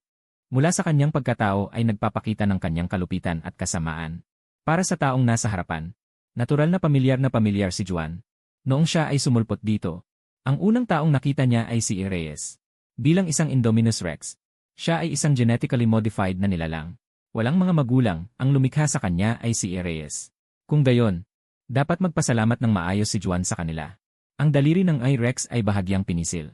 At madaling binali ang leeg at gulugod ni Reyes, na nagpamulat ng malaki sa kanyang mga mata.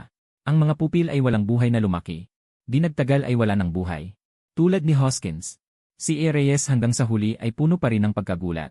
Hindi makapaniwala sa kanyang kapalaran, na siya ay mamamatay sa kamay ng kanyang sariling nilikha. Matapos itapon ang bangkay ni Reyes, ako ay nagbabalak na umalis. Ngunit biglang naramdaman ang matinding pagyanig ng lupa. Tila may malaking nilalang na mabilis na papalapit. Sa loob ng saklaw ng telepatikong pandama ng I-Rex, mabilis kong natuklasan ang isang malaking I-Rex, na hindi alam kung kailan pinakawalan. Mabilis na papalapit sa kanyang kinaroroonan. At sa harap ng I-Rex, may isang babaeng may hawak na sulo, na nakasapatos na may mataas na takong at mabilis na tumatakbo. Kalahating oras ang nakalipas. Si Hoskins, na nabigo sa kanyang plano, ay dali-daling iniwan ang control room kasama ang kanyang mga tauhan. Ang iba pang empleyado sa control room ay nasa panganib din. At nagtakbuhan sa kani-kanilang direksyon. Si Claire na lang ang natira sa buong lugar. Hindi siya umalis, dahil alam niya na kung siya rin ay tatakas, wala nang ibang makakapigil sa nagngangalit na T-Rex. At para pigilan ito, si Claire ay may isang nakatutuwang at matapang na ideya. Gamitin ang isang dinosaur laban sa isa pang dinosaur. Ang Jurassic World ay may 11 malalaking enclosure, kung saan pinalalaki ang mga mababangis na karniborong dinosaur. At sa enclosure number 9 may isang I-Rex, ang dumadalawang Jurassic, ang matibay na T-Rex. Ang I-Rex na ito ang tunay na pangunahing tauhang babae ng Jurassic series. Ang I-Rex ng Isla Nublar. Ang Reyna ay pinangalan ng Rexy. At si Claire ay formal na pinakawalan ang I-Rex. Si Lola Rexy ay pinakawalan upang harapin ang mapatay na Indominus Rex. Indominus Rex. Si Rexy na pinatnubayan ni Claire dito ay nakita agad si Juan. Agad na naglabas ng isang nakakabinging atungal. At si Juan ay hindi nagpahuli, naglabas din ng sigaw. Isang habang 20 metro ang katawan. At may timbang na lampas 50 tonelada. Mas malaki at mas malakas kaysa kay Rexy. Kahit na malaki ang pagkakaiba sa laki, hindi natakot o umatras si Rexy. Siya ang unang sumugod. Biglang humakbang ng malalaki. Sumugod patungo kay Juan. Binuksan ang malaking bibig. Nais kumagat sa kanyang leg. Si Juan ay sumalubong din. Nakipagbanggaan ng direkta. Ang nakakabinging tunog ng banggaan ay parang kulog. Isang di nakikitang puwersa ang kumalat. Dahilan upang ang lupa sa ilalim ng kanilang mga paa ay pumutok at lumubog. Samantala, sa sandaling direktang nagbanggaan si Rexy, naramdaman niya ang isang napakalakas na puwersa. Hindi niya kayang pigilan, siya ay lumipad pa atras. Dumurog sa isang gusali sa likuran. Ang kanyang katawan ay natabunan sa mga durog na bato. Nabali ang mga buto at litid. Isang hampas lamang. Natalo si Rexy ng lubusan. Ito ay kahit hindi pa ginagamit ni Juan ang kanyang buong lakas. Dahil ayaw niyang apihin ang isang matanda at mahina. Isang ni Rex na wala na sa kanyang rurok. Hindi rin pinili ni Juan na patayin si Rexy. Sa halip, nais niyang gawin itong kanyang nasasakupan. Masyadong mabilis siyang natalo. Inaasahan niyang kahit papaano ay maaantala ni Rexy ang Indominus Rex. Claire. Ngunit hindi niya inaasahan na matatapos agad ang laban. Sa sandaling iyon, biglang nakita ni Claire na ang Indominus Rex ay tumingin sa kanya. Binuksan ang malaking bibig na puno ng dugo. Puno ng mga pangil. May dugo pa ring tumutulo. Nakakatakot na parang demonyo. Si Claire ay tumalikod at tumakbo. Ngunit pagdating ng susunod na segundo, nakita niya ang isa pang babaeng Indominus Rex. Hindi alam kung kailan ito lumitaw. Isang subo lamang ay nakain na ito. Ang dumating ay ang nahuling si Gray. Hindi inaasahang pagdating sa pinangyarihan. May pagkain na kusang dumating sa kanya. 4 na raptor ay mabilis na lumapit. Inalis ni Juan ang kanyang tingin. Hindi na mamalayan, ang pangunahing grupo ng pelikula ay naubos nila. Matagumpay na natapos. Dahil naging isang halimaw. Ako ay hindi na itinuring ang sarili bilang tao. Hindi ko lahi. Ang kanilang intensyon ay iba. Ang prinsipyong ito ay totoo rin para sa mga kakaibang halimaw. Ang mga tao para sa akin ngayon ay tunay na mga kaaway. Wala akong pakialam kung siya ay bida. Kontrabida, mabuti o masama. Mula sa mga guho ay narinig ang sigaw ni Rexy. Hanggang sa sandaling ito, siya ay nagpumilit na bumangon. Lumapit si Juan sa harap ni Rexy. Dalawang pulang patayong mga mata ang nakatitig sa kanya mula sa mataas na posisyon. Naglabas ng isang marinal na sigaw. Siya na may gen ng I-Rex. Natural na nakakausap niya si Rexy nang walang sagabal. Ang ibinigay niyang pagpipilian kay Rexy ay dalawa lamang. O magpasakop, o mamatay. Ang natalong si Rexy ay hindi na kasing lakas at kasing tapang noong unang pagkikita. Sa harap ng malakas na Rex, ay napilitang ibaba ang kanyang mapagmataas na ulo. Upang magpakita ng pagpapasakop sa kanya, tumango si Juan ng may kasiyahan. At ipinakilala rin si Rexy kay Gray. At nagdagdag ng isang mahusay na kawal sa pangkat ng mga raptor. Ngunit ito ay malayong hindi sapat. Dahil ang enclosure 3 ng mga raptor. At ang enclosure 9 ng I-Rex ay nabuksan na. Kaya mabuti pang buksan na lang lahat ng iba pang mga enclosure.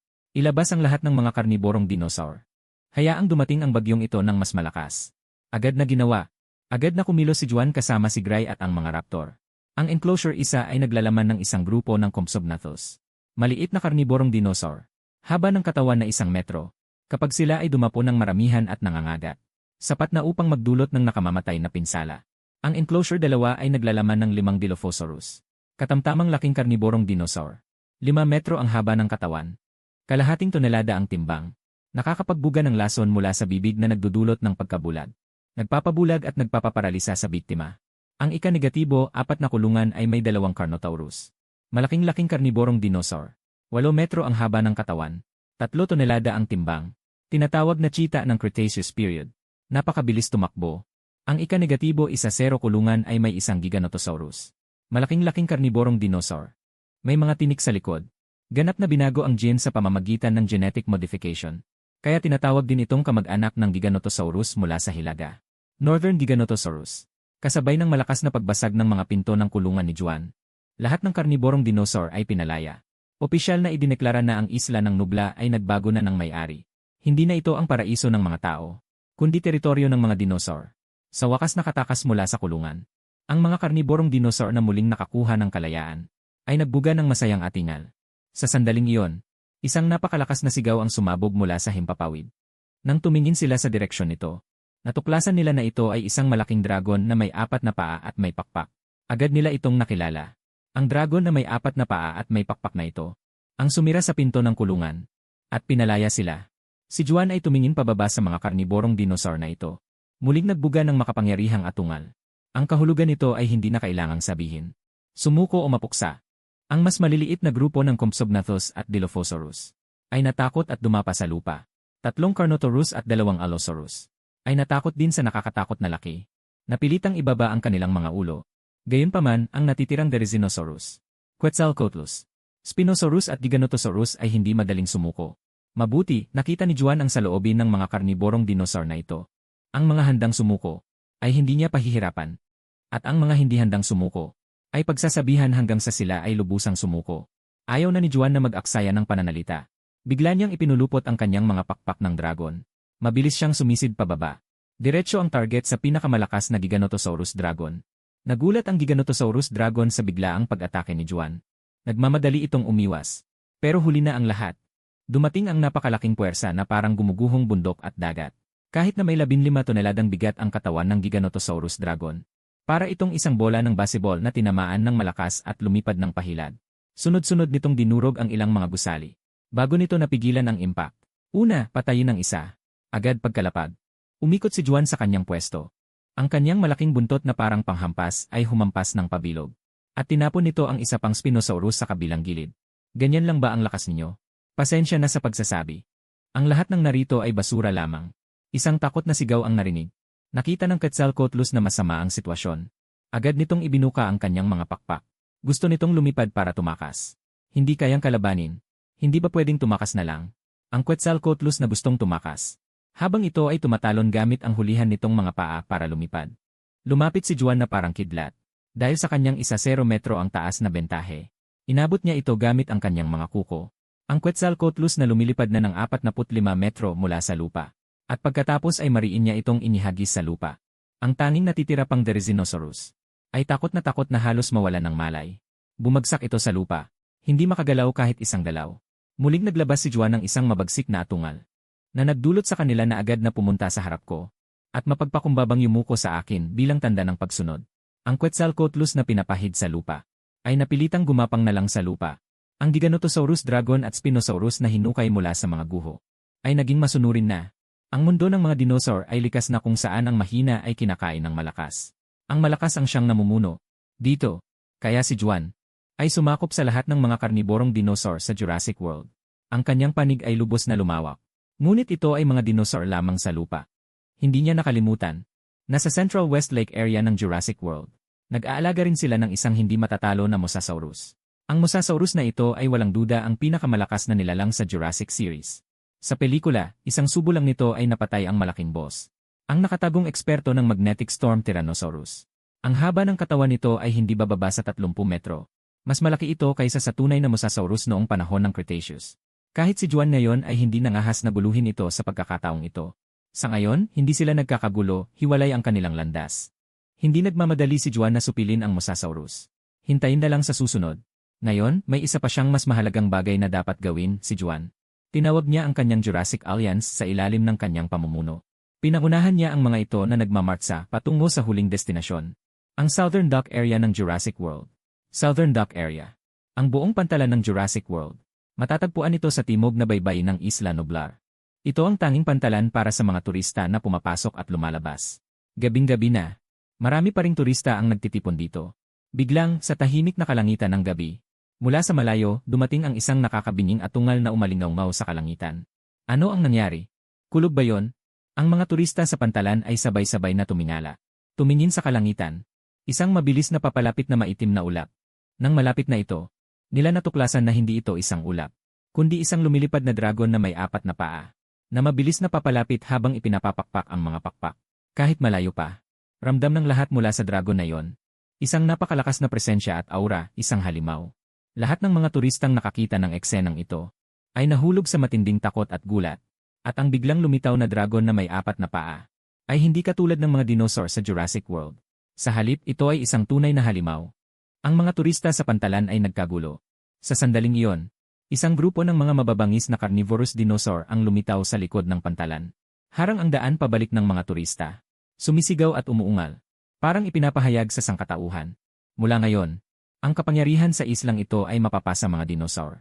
Sa gitnang pagkasindak at kaguluhan, ang natitirang mga turista para mabuhay, kailangang makipagsapalaran at tumalon mula sa pantalan patungo sa karagatan. Naglalangoy ng husto. Tumakas hanggang dito. Ang buong Isla Nublar ay wala nang natitirang isang tao. Mula ngayon ay magiging tunay na zonang bawal para sa mga tao. Si Juan ay nagmamasid sa malayo sa karagatan sa dilim ng gabi. Ano ang nasa kabilang bahagi ng dagat? Ay ang mga kaaway. Ang lahat ng ito ay simula pa lamang. Sumisikat ang bukang liwayway. Pagsikat ng araw. Nagsimula ang isang bagong araw. Ito ay dapat sana ay isang magandang araw. Subalit dahil sa paglitaw ng isang emergency na balita, nagdulot ito ng pagkabigla sa buong mundo. Sa ilalim ng Masrani Global Corporation, ang Jurassic World Theme Park na pinapatakbo sa Isla Nublar. Nagdulot ng maraming kaswalti sa mga kawani ng parke at mga turista. At sa araw na ito, isang lihim na dokumento ang ipinadala sa tanggapan ng Monarch Organization. Sa Bermuda Cheer Castle, si Iyashiro Serizawa ay natapos ng basahin ang lihim na dokumentong ito. Ang Indominus Rex na yon, ito ay hindi lamang isang dinosaur, kundi isang tunay na halimaw. Bulong ni Shiro Serizawa sa sarili. Ang lihim na dokumentong ito ay ang katotohanan tungkol sa kabuluhan ng mga dinosaur sa Jurassic World. Sa huli, sa pantalan ay may lumitaw na isang nakakatakot na dragon na may 4 na paa at pakpak. At nagdulot ito ng maraming karniborong dinosaur. Naglunsad ng malawakang pagpatay. Kung walang aberya, ang dragon na may 4 na paa at pakpak na huling lumitaw ay ang Indominus Rex. Hindi inaasahan na pagkatapos ng 3 mababangis na halimaw mula sa pinuno ng mga unggoy na si Caesar, ay may isa pang gawa ng tao na halimaw. Ang katulong na si Vivian Graham ay namangharin at nagsabi, ang kasakiman at pagnanasa ng tao ay tuluyang sisirain ang sangkatauhan. Si Reyes naman ay huminga ng malalim. Gamitin ang gawa ng tao na halimaw upang labanan ang natural na halimaw. Halimbawa, si Caesar na pinuno ng mga unggoy ay isa lamang ordinaryong chimpanzee. Ngunit dahil ang kanyang ina ay tinurok ng isang espesyal na gamot noong siya ay buntis. Kaya ang katalinuhan ni Caesar pagkapanganak ay mas mataas kaysa sa karaniwang chimpanzee. Sa huli, 2 taon na ang nakalipas. Pinamunuan ni Caesar ang mga unggoy at nag-alsa. Sinakop ang Moorwoods National Monument sa San Francisco. Kaya naman ang Monarch Organization ay nagtayo ng 11 YE outpost sa Moorwoods National Monument at itinuturing si Caesar bilang unang gawa ng tao na halimaw. At 3 mababangis na hayop. Ang albino gorilla na si George, ang lobong lumilipad, si Ralph at ang higanteng buhaya na si Liz, ay dahil din sa pagkain ng biochemical na gamot mula sa isang kumpanya ng gin. Kaya sila nagbago. Noong isang taon ay nagulo nila ang Chicago. Pagkatapos guluhin ang lungsod, 3 galit na halimaw ang naglaho. Hindi na alam kung saan nagpunta. Masasabing ang 2 halimbawang ito ay nagpapatunay na hindi talaga makokontrol ng tao ang mga artipisyal na halimaw na ito. At sa huli ay magdurusa sila sa kanilang sariling gawa. Ngunit isa pa rin ang kasabihan. Ang tanging aral na natutunan ng tao mula sa kasaysayan ay ang hindi natututo ng tao ng anumang aral. Itong lalaking mabangis na Tyrannosaurus Rex ay isa na naman dugo ang aral. Nangyari na ang trahedya. Kahit anong sabihin ngayon ay huli na. Ang organisasyon ng imperyo ay kailangang lumabas upang ayusin ang gulo. Kaya agad na sumulat si Sher Kenzawa ng isang liham ng aplikasyon na ihahandog sa mga nakatataas ng organisasyon ng imperyo upang magtayo sila ng isang outpost malapit sa Isla Nublar upang bantayan at pag-aralan itong lalaking mabangis na Tyrannosaurus Rex. Dahil dito, pinangalanan pa ni Sher Kenzawa ang lalaking mabangis na Tyrannosaurus Rex, Meral Rus, sa isang iglap mula sa Jurassic World. 3 araw na ang lumipas mula sa kabuluhan ng mga dinosaur. Ang mga katulad na pangyayari ay madalas na nangyayari nitong mga nakaraang taon. Halos bawat taon ay may isang pangyayari. Malawakang pag-atake ng mga mutated na hayop o halimaw. Nasanay na ang mga tao rito.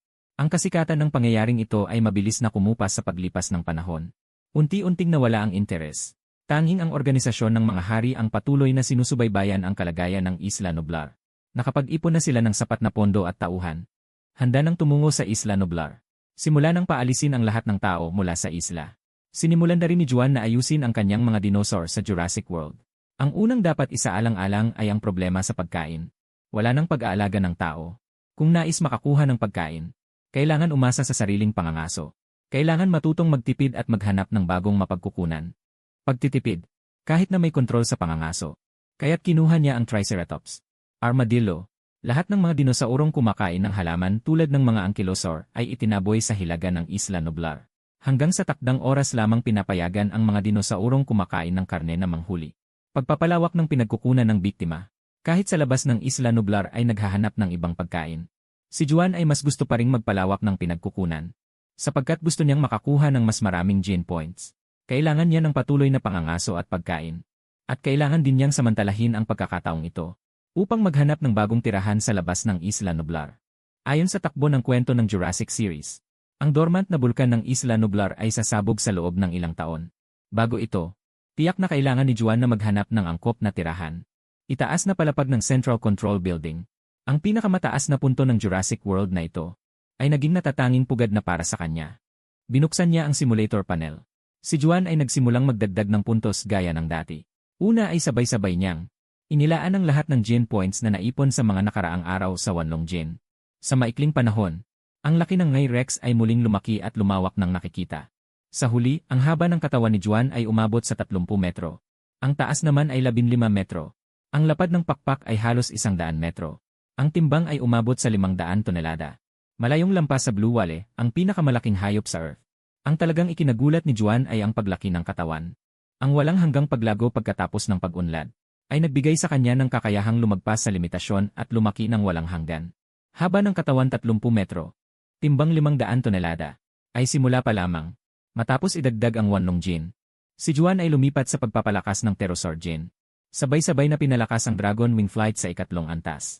Bilis ng paglipad ay umabot sa 300 kilometro bawat oras. Ang gene points ni Juan ay naubos na, at ang epekto ng kanyang pagpapalakas ay halata. Sa susunod na segundo, si Juan ay marahas na pumapagaspas ng kanyang mga pakpak na may 100 metrong lapad, kasabay ng pagtulak ng kanyang hulihan na paa. Napakahusay na pag-alis tulad ng isang rocket. Agad na pumailan lang sa langit. Naglibot siya sa buong Isla Nublar. Saan man siya dumaan ay nagdulot ng pagsabog ng presyon ng hangin. Bukod dito, sa mga nakaraang araw, nakakuha rin ako ng 2 bagong kakayahang gene. Ang gene ng Pachycephalosaurus na nasa likod ng bungo. Ang gene ng Velociraptor para sa sound emission. Una, ang gene ng Pachycephalosaurus na nasa likod ng bungo. Matapos pag-isahin ni Juan ang gene ng Pachycephalosaurus, ang sarili niyang buto sa tuktok ng bungo ay naging mas makapal at matigas. Pangalawa, ang gene ng Velociraptor para sa sound emission. Matapos nitong pag-isahin ang gene ng Velociraptor, kahit na walang lumitaw na korona sa ulo nito, nakuha rin nito ang kakayahang magpalabas ng sound waves at kontrolin ang dalas at tono nito ayon sa nais. Ang gamit nito ay napakalawak. Ito ay nagpapahintulot sa kanya na makatanggap ng impormasyon sa pamamagitan ng sound waves. Pagtuklas gamit ang sonar.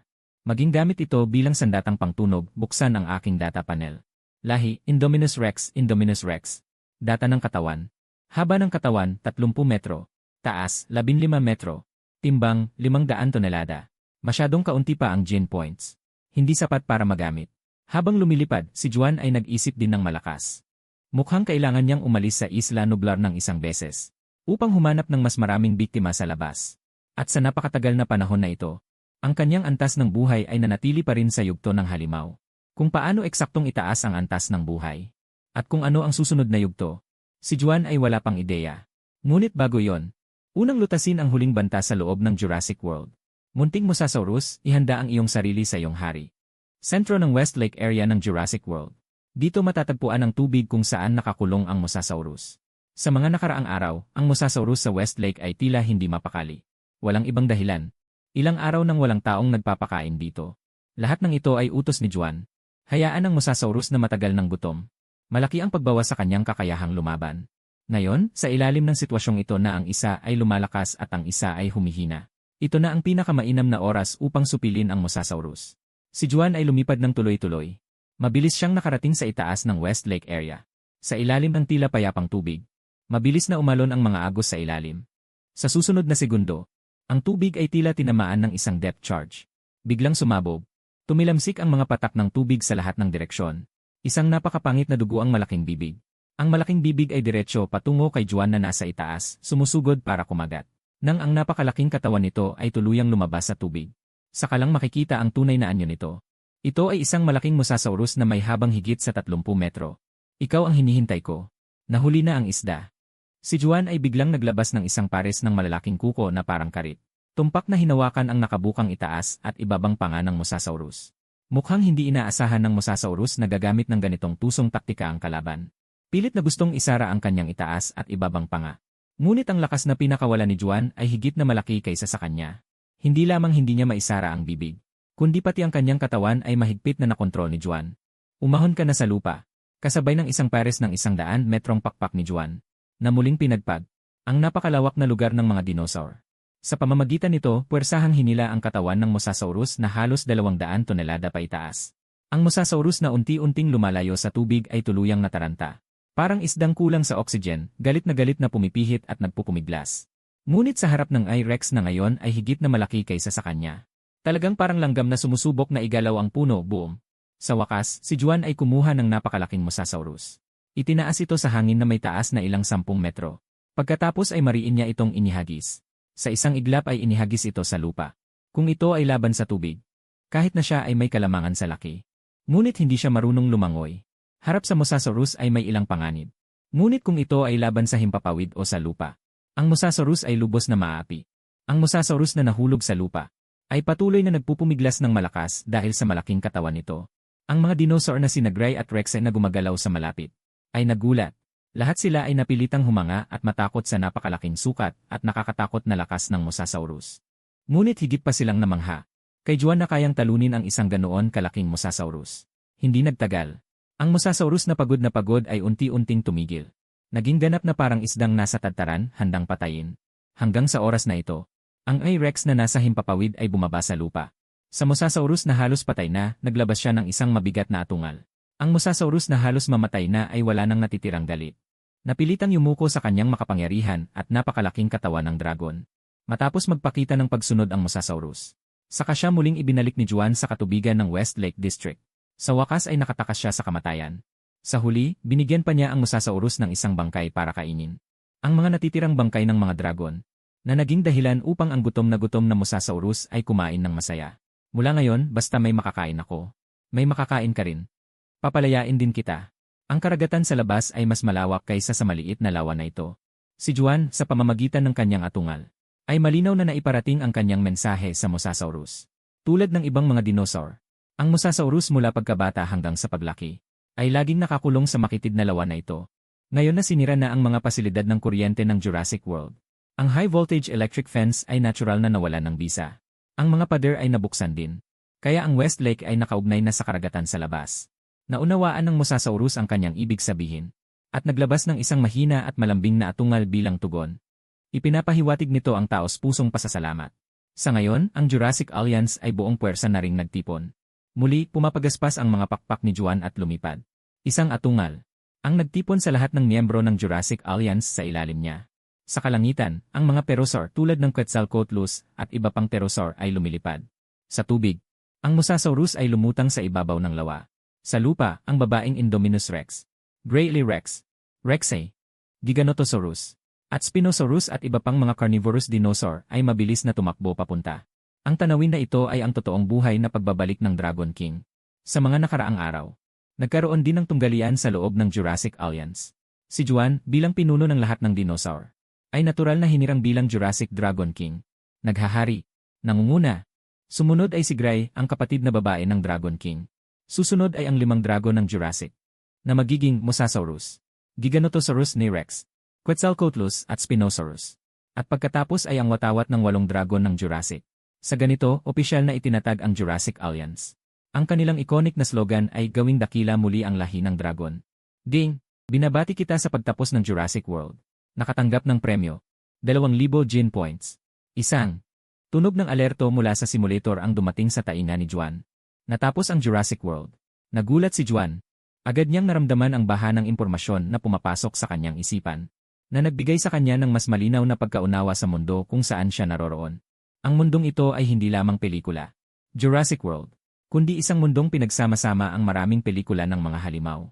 Pagbango ng planeta ng mga unggoy, mga rampanting halimaw at ang pader, Tauji at Megalodon, isla ng bungo ni Kong, si Godzilla at ang mga dinosaur ng Jurassic ay bahagi lamang ng malaking larawan. Ang mundong ito ay mas komplikado kaysa sa inaakala niya. Ang Jurassic World ay maaaring isang panimulang nayon lamang. Si Kong, Godzilla, Ghidorah at iba pa. Ang mga titan na halimaw ay tunay na umiiral. Iyon ay mga hayop na may taas na higit sa 100 metro. Timbang na 10,000 hanggang 10,000 tonelada ang mga titan na halimaw. Kawili-wili. Ngunit mabilis na tinanggap ni Juan ang katotohanan ito. At nagkaroon pa siya ng mas malalim na pag-asa at pananaw para sa hinaharap. Dahil dito, ang hinaharap ay mas magiging mapanghamon. Bumalik sa realidad, ang bagong nakuha na 2,000 puntos ng Gene ay gagamitin niya upang sabay-sabay ang natitirang gene ng Pterosaur, gene ng Pachycephalosaur at gene ng Copydinosaur ay i-upgrade at i-advance sa gene ng Pterosaur. Paglipad ng pakpak ng dragon ay i-advance sa paglipad ng bilis ng tunog. Lakas ng pakpak ay tataas sa 5 beses. Bilis ng paglipad ay maaaring umabot sa bilis ng tunog na 1,224 kilometro bawat oras. Gene ng Pachycephalosaur, ang likurang bungo ay i-advance sa tansong ulo at bakal na buto. Ang buong kalansay ay pinalakas. Lakas na katumbas ng bakal. Gene ng Copydinosaur, ang paglabas ng sound wave ay i-advance sa pulse ng sound wave. Ang mataas na enerhiyang sound wave na lumalabas mula sa bibig. Pagkatapos makompress, mabilis itong itutulak, na bumubuo ng napakalakas na shockwave. Di nagtagal, natapos ang pag-upgrade at pag-advance ng 3 gene. Nagdulot ito ng malaking pagpapalakas at pagtaas para kay Juan. Dahil ang panloob na panganib ay nalutas na. At ang kaayusan ay naitatag na. Pagkatapos nito, handa na si Juan na simulan ang paglawak sa labas. Maaari muna siyang pumunta sa Isla Sorna upang tingnan. Nag-isip siya ng kaunti. Ang unang layunin ay napili. Ang isla ng Sorna na kapatid na isla ng Isla Nublar. Kaya pagkatapos sabihin kay Gray, dumiretso siya sa kanluran. Patungo sa Isla Sorna. Pagkalabas ng Isla Nublar, ang bumungad sa kanya ay ang malawak na karagatan. At ang Isla Sorna ay nasa kanluran ng Isla Nublar. Sa layong 140 kilometro. Ngunit ang distansyang ito para kay Juan ay ilang minuto lamang na biyahe. Si Juan na lumilipad sa mataas na himpapawid ay patuloy na bumibilis. Ang bilis ng paglipad ay lalong tumataas. Ang air resistance na kanyang nararanasan ay lumalaki rin. Ang nakatambak na hangin sa harap ay tuluyang niyang itinulak palayo. Ang ulo at buntot ay bumubuo ng shockwave. At nagkaroon ng malakas na dagundong na parang kulog, ang sonic boom. Ito ay walang alinlangan na nangangahulugan na si Juan ay lumampas na sa sound barrier. Tunay na umabot sa bilis ng tunog. Samantala, sa Isla Sorna, ang advance team mula sa Monarch ay dumating na sakay ng ilang Black Hawk helicopter. Dito, muli, isang pulo na nakahiwalay sa ibayong dagat. Sawa na ako sa mga isla. Ang nagsabi ay ang team leader ng advance team na si James Conrad. Siya ay dating miyembro ng Lily Air Force Special Forces. Noong 1973, siya ay pumunta sa isang misteryosong isla sa Timog Pasipiko, Skull Island, kahit na nakaligtas siya sa impyernong iyon, at sumali sa Monarch. Ngunit si James ay nagkaroon ng matinding trauma sa mga katulad na isla. Dahil dito, ngunit sa pagkakataong ito, hiniling ng mga nakatataas ng Monarch na siya at ang kanyang kasamahan sama-samang pamunuan ng advance team patungo sa Isla Sorna upang magsagawa ng reconnaissance at site selection para sa Outpost 13. Huwag mag-alala. Ito ay isang simpleng reconnaissance mission. Wala nang maraming dinosaur na natitira sa Isla Sorna. Hindi ito kasing kahindik-hindik ng Skull Island. Ang pangalawang pinuno na si Wei Wei ay nagsabi ng pampalakas loob. Sa wakas, tumango si James. Dumating na tayo. Walang silbi ang magreklamo. Ang advance team ay nagsagawa ng masusing paghahanap at reconnaissance. Kinumpirma na ang site ay nasa silangang karagatan ng Isla Sorna. Halos tapos na. Maghanda na tayo para umuwi. Sa wakas natapos na. Pinunasan ni James ang pawis sa kanyang noo. Nagsalita siya. Hindi niya alam kung bakit. May masamang pakiramdam siya. Nakumpirma na ng advance team. Sumakay na ang mga miyembro sa Black Hawk helicopter. Handa nang bumalik sa Monarch para mag-ulat. Boom! Biglang, isang malaking bato ang lumipad mula sa kalagitnaan ng himpapawid. Tumama ng tumpak sa isang bagong lipad na Black Hawk helicopter. Binasag ang rotor nito. Biglang nawalan ng lakas ang Black Hawk helicopter. Bumagsak mula sa langit. Dumapo sa lupa. Nagbanggaan at sumabog. Diyos ko! Ano ang nangyari? Nilingon niya at nakita ito. Hindi napigilan ang pagsigaw. King Kong! Parang may natuklasan si James. Tinamaan ng kidlat ang kanyang katawan. Hindi makapaniwalang nanlaki ang mga mata. King Kong! Bigla! Hindi ba siya nasa isla ng Bungo?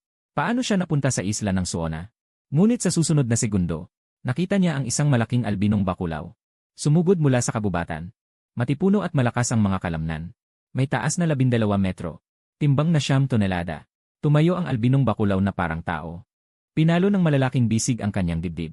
Naglabas ng nakabibinging sigaw. Hindi siya si King Kong. Isa siya sa 3 halimaw na nagdulot ng kaguluhan sa Chicago noong 1 taon. Ang albinong bakulaw na si George. Nakilala siya agad sa unang tingin. Labis na nagulat. Hinahanap ng Monarch ang 3 halimaw na ito. Mahigit 1 taon. Hindi nila inaasahan na sila pala ay nagtatago sa isla ng Suona na iniwan ng tao. Alerto, alerto. Bumagsak ang Black Hawk 3. Pumunta ang Black Hawk 2 para iligtas. Nanatiling kalmado si James. Agad na nag-utos sa pamamagitan ng komunikador. Sa sandaling iyon, mula sa kagubatan ay biglang lumitaw muli ang isa. Mas malaking mabangis na malaking lobo. Ang buong katawan ng malaking lobo ay natatakpan ng maitim na balahibo na parang karayom. Ang mga paa ay mahahaba at maliksi. Tulad ng cheetah. Mga kuko na parang labaha. Kumikislap na may nakakatakot na talas. Sa likod at buntot ay may mga tinik na parang porcupine. Ang haba ng katawan ay 26 metro. Taas sa balikat ay 14 na metro. Timbang ay 13.8 tonelada. Mabilis na umatras, si James mismo ang nagmamaneho ng Black Hawk 1 helicopter. Nagmamadaling itinaas ang taas. At lumiko patungo sa silangang dagat para tumakas. Nang makita na hindi humabol ang albino gorilla at flying wolf, si James ay nakahinga ng maluwag. Ngunit ang Black Hawk 1 helicopter ay kakadating lang sa baybayin. Ang dating tahimik na dagat ay biglang sumabog. Mula dito ay lumitaw ang isang napakalaking bibig ng buhaya na sapat para lamunin ang buong helicopter. Iyon ay isang buhaya na mas malaki kaysa sa albino gorilla at flying wolf. Na pinagsama ay mas malaki pa, isang higanteng buhaya. Ang haba ng katawan ay umabot sa kahanga-hangang 68.5 metro. Ang taas ay 18.5 metro. Ang timbang ay 150 tonelada. Higanteng buhaya na si Liz Waver. Nadama ang kanyang puso na biglang bumagsak sa ilalim. Albino gorilla na si George at flying wolf na si Ralph ay simpleng naamoy lang ang biochemical gene potion. Ang sumingaw na gas ay may limitadong mutation. Samantalang ang higanteng buhaya na si Liz ay isang subo. Direktang nilamon ang buong boat ng biochemical gene potion. Kaya ang mutation ay mas nakakatakot. Ang malaking nakabukang bibig ng higanteng buhaya. Eksaktong kumagat sa buntot ng Black Hawk 1 helicopter. Bigla itong itinapon pababa mula sa himpapawid. Babagsak na ang helicopter. Paghandaan ang banggaan. Sumigaw si James ng paos. Ang eksenang ito ay pamilyar sa kanya. Isang malakas na putok. Ang bumabagsak na Black Hawk 1 helicopter ay bumagsak sa baybayin. Ang tubig dagat ay nagpahina ng impact. Agad na tinanggal ni James at Weaver ang kanilang seatbelts. Buong lakas na tumakas mula sa bumagsak na helicopter. Ngunit sa paglitaw nila sa tubig ay nakita nila ang higanteng buhaya na si Liz. Ang kanyang katawan na parang bundok ay humarang sa kanilang paningin. Ang malaking bibig na may dugo at magkakrus na mga pangil. Malapit na. Sa harap ng napakalaking halimaw na ito. Para silang walang pinagkaiba sa dalawang langgam. Nang akala ni na James at Weaver na tiyak na sila mamamatay. Biglang may narinig na dumadagundong na mga tunog mula sa malayong kalangitan. Tunog ng pagsabog, parang mga kulog na gumugulong. Kahit malayo ang pagitan. Sa sandaling narinig nila ang dagundong, naramdaman ni na James at Weaver na nanginginig ang kanilang mga eardrum. Para silang nabingi. Ang higanting buhaya na si Liz ay naglabas ng mahinang atungal dahil sa sakit. Hindi na nito pinansin ang dalawang maliit na alipors. Ipinihit ang malaking katawan. Sumunod sa tunog upang tingnan ang may-ari ng dagundong. Sa sandaling iyon, bahagya ng bumuti ang kakaibang kalagayan. Itinaas ni na James at Weaver ang kanilang mga ulo. Ngunit nakita nila ang isang napakataas na figura ng dragon na may 4 na paa at mga pakpak. Mabilis na papalapit na ang daang metrong mga pakpak nito ay tumatakip sa araw. Sa pagwawagayway nito, nagdulot ito ng malakas na ihip ng hangin sa isla ng Sorna. Ang bagyo ay ang dragon mula sa isla ng Nublar. Ang Indominus Rex. Si Meraluz. Pareho silang napabulalas. Nakilala nila ang tunay na pagkakakilanlan ng isa't isa. Kumpara sa mga datos na kanilang pinanood bago umalis. Tila mas lumaki pa ang katawan ni Meraluz. At bakit ang bilis ng paglipad nito? Nakagawa ito ng tunog ng sonic boom. Malinaw na nasa antas ng bilis ng tunog. Ang umaalulong na bagyo, ang higanting buhaya na si Liz, ang lumilipad na lobo. Si Ralph, ang albinong gorilya na si George ay naglabas ng galit na mga atungal. Para sa kanila, ang isla ng Sorna ay kanilang teritoryo. At ang dragon na ito ay walang alinlangan na isang mananakop na halimaw. Parang pamilyar ang 3 halimaw na ito. Ang dumating ay walang iba, kundi si Juan na pumunta sa isla ng Sorna upang magsiyasat. Isang albinong gorilya, isang lumilipad na lobo, isang higanteng buhaya. Hindi ba ito ang 3 halimaw mula sa pelikulang Rampage? Napunta pala sila sa isla ng Sorna. Totoo ngang mas mabuti nang dumating ng maaga, kaysa dumating ng hindi inaasahan. Buti na lang at sobrang kulang ako sa mga gene point. Ang mga gene point na ibinibigay ng mga ordinaryong hayop ay parang isang buhok lang mula sa siyam na baka. Tanging sa pangangaso ng mas malalakas na kakaibang hayop o kahit na halimaw. Saka ako makakakuha ng mas maraming gene. Ang 3 mabangis na halimaw na ito ay mukhang matataba at masasarap. Tiyak na maraming gene points ang lalabas mula sa kanila. Si Juan ang unang pumili sa kanila. Ang pinakamaliit na albinong gorilya na si George. Ang malaking pakpak ng dragon ay nakatiklop. Parang isang meteor na mabilis na bumaba mula sa langit. Ang nakakatakot na anino ay ganap na bumalot sa kanya. Nang makita ng albinong gorilya na si George ang may Rex na papalapit sa kanya, itinaas niya ang malaking bato na kakagaling lang sa paghagis ng helicopter. Binato niya ito ng malakas sa ulo ni Juan. Hindi umiwas o murong si Juan. Pinayagan niyang tamaan ng malaking bato ang kanyang ulo. Bumulog ito ng malakas. At ang buong malaking bato ay nabiyak. Dahil ang ulo ni Juan ay pinalakas ng gene ng Pachycephalosaurus. Nakayanan nito ang impact. Walang kahit anong pinsala. Sa susunod na sandali, ang mga kuko ni Juan nabakal at kumikinang. Dahil sa impact ng pagsisid, parang kidlat na biglang sumugod sa liig ng albinong gorilya na si George. Diretso sa kanyang ulo. Parang pagputol ng prutas gamit ang matalas na kutsilyo. Ang albinong gorilya na si George na kanina ay masigla. Sa susunod na sandali, ang kanyang ulo ay nahiwalay na sa katawan. Naging isang isla ng walang ulong bangkay. Nakapatay ka ng isang mutated na silverback gorilla. Nakakuha ka ng 1,000 gene points. Sinusuri ang gene nito. Natagpuan ang gene ng silverback gorilla para sa density ng kalamnan. Gene ng pating para sa walang katapusang paglaki. Gene ng balyena para sa mabilis na paglaki. Gene ng salagubang para sa 100 beses na lakas. Ang 1,000 gene points ay talagang karapat-dapat sa isang halimaw. Maraming gene points ang lumalabas. Nagulat din si Juan. Matapos patayin ang albinong gorilya na si George, nakakuha siya mula sa katawan nito. 4 na iba't ibang gene ng hayop. Mukhang dahil ito sa biochemical gene potion na naging sanhi ng pagmutate. Ngunit hintayin na lang matapos ang labanan bago kunin ang mga samsam. Nag-aaway na sila. Umalis na tayo. Dito. Samantala, habang naakit ang atensyon ng mga mabangis na halimaw, sina James at Weaver ay nagmamadaling tumakas mula sa mainit na labanan. Kung hindi, ang mga halimaw ay maaaring dumurog sa kanila na parang maliliit na langgam. Sa sandaling iyon, ang flying wolf na si Ralph ay nagpakita ng kamanghamanghang bilis na parang cheetah. Lumapit at biglang tumalon paitaas. Bumuka ang malaking bibig. Kumagat sa katawan ng Rex.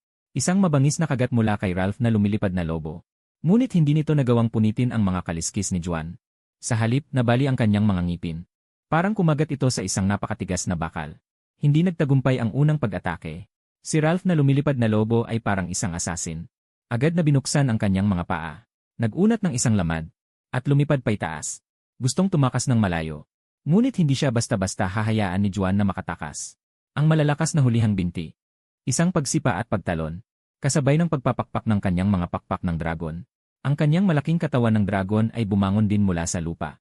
Iniunat ang kanyang matatalim na kuko, at hinawakan ang hulihang binti ni Ralph na lumilipad na lobo. Isang simpleng paghatak. Ang maliit na katawan ni Ralph na lumilipad na lobo ay ibinagsak sa lupa ng Myrex. Pagkatapos, ang katawan ng dragon ay dumagan din pababa. Mabigat na tinapakan ang ulo ni Ralph na lumilipad na lobo. Higit sa 500 toneladang timbang. Agad na pinalabas si Ralph ng isang malagim na hiyaw. At biglang nawala ng buhay. Nanghuli ka ng isang mutated Grey Wolf. Halimaw, nakakuha ng 3,000 gene points. Sa pagsusuri ng gene, natagpuan ang Grey Wolf gene para sa endurance reinforcement. Kung ihahambing, mas maraming gene points ang ibinagsak ni Ralph na lumilipad na lobo. At mas maraming hayop na gene ang pinagsama sa kanya. Ngunit bago pa makahinga ng maluwag, ang malaking buhaya na si Liz, na malaki ang katawan ngunit mabagal kumilos, ay lumapit lamang kay Juan ngayon. Ang nilalang na ito ay hindi lamang malaki ang katawan, kundi napakalakas din ang atake at depensa. Ang kanyang malaking bibig na may nakakatakot na puwersa ng kagat ay sapat na upang durugin ang isang tangke. Ang mga kaliskis sa kanyang hulihang binti na may buto sa balat ay madaling makatiis ng anumang karaniwang armas ng tao. Mahirap siyang labanan. Nang lumapit siya, ang dating mabagal na buhaya na si Liz ay biglang kumawag ng buntot. Ang itaas na katawan ay biglang tumalsik na parang spring. Napakalakas ng pagsabog. Naramdaman ni Juan ang isang malakas na ihip ng hangin na papalapit. Ang malaking bibig ng buhaya ni Liz ay bumuka sa isang labis na anggulo. Diretso sa lig ni Juan. Kapag ito ay nakagat, kasama ang trademark na death row ng buhaya. Ang resulta ay hindi maganda. Pero mas mabilis ang reaksyon ni Juan. Ang kanyang telepatikong pandama ay nagpahintulot sa kanya na mahulaan ang galaw ng higanting buhaya na si Liz. Tumpak niyang nahawakan ang panga nito. Pagkatapos ay marahas niyang ibinuka ito. Napagtanto ng higanting buhaya na si Liz ang panganib. Mabilis itong nagpumiglas. Pero huli na. Ang kanyang buong bibig ay sapilitang pinunit mula sa sulok ng bibig. Hindi na muling maisasara. Ang sobrang sakit ng higanting buhaya na si Liz ay naglabas ng malakas na hiyaw. Ang malaking katawan ng buhaya ay nagpumiglas ng husto. Saka nakatakas mula sa kontrol ng Myrex. Kung ganoon, nagplano si Juan na direktang lumusob mula sa loob. Sa tulong ng lakas ng paghampas at pagbagsak. Tumutok sa mga buto sa loob ng higanting buhaya na si Liz. Nang si Juan ay naghampas at nagbagsak ng higit 10 beses sa isang hininga. Ang paligid na lupa ay puno ng mga butas. Natuklasan na si Liz ang higanting buhaya ay tuluyang nawalan ng malay. Ang lahat ng buto nito ay halos naging pulbos na mga piraso. Ang katawan nito ay nanghina. Naging isang malaking piraso ng isda na handang katayin. Nahuli mo ang isang mutated na American alligator. Nakakuha ng 1,000,000 gene points para sa pagsusuri ng gene nito. Natuklasan ang malaking ani ng antas ng bone armor ng alligator gene. Nakapatay ng 3 ganap na mabangis na hayop. Biglang nagdala sa akin ng 14,000 gene points, ding. Binabati kita, nalampasan mo ang Rampage Beasts. Nakatanggap ng gantimpala. Rage Potion 3. Pelikula ng Rage Potion. Sa Rampage Beasts, isang gene biochemical agent na binuo ng Gene Energy Company. May halong maraming mga gene ng hayop. Maaaring magdulot ng mutation ng gene sa mga hayop. Sa sandaling ito, may isa pang tunog ng prompt na tumunog sa tainga ni Juan. Rage Potion. Si Juan ay labis na natuwa. Ito ay isang magandang bagay. Bagaman siya mismo ay hindi nangangailangan.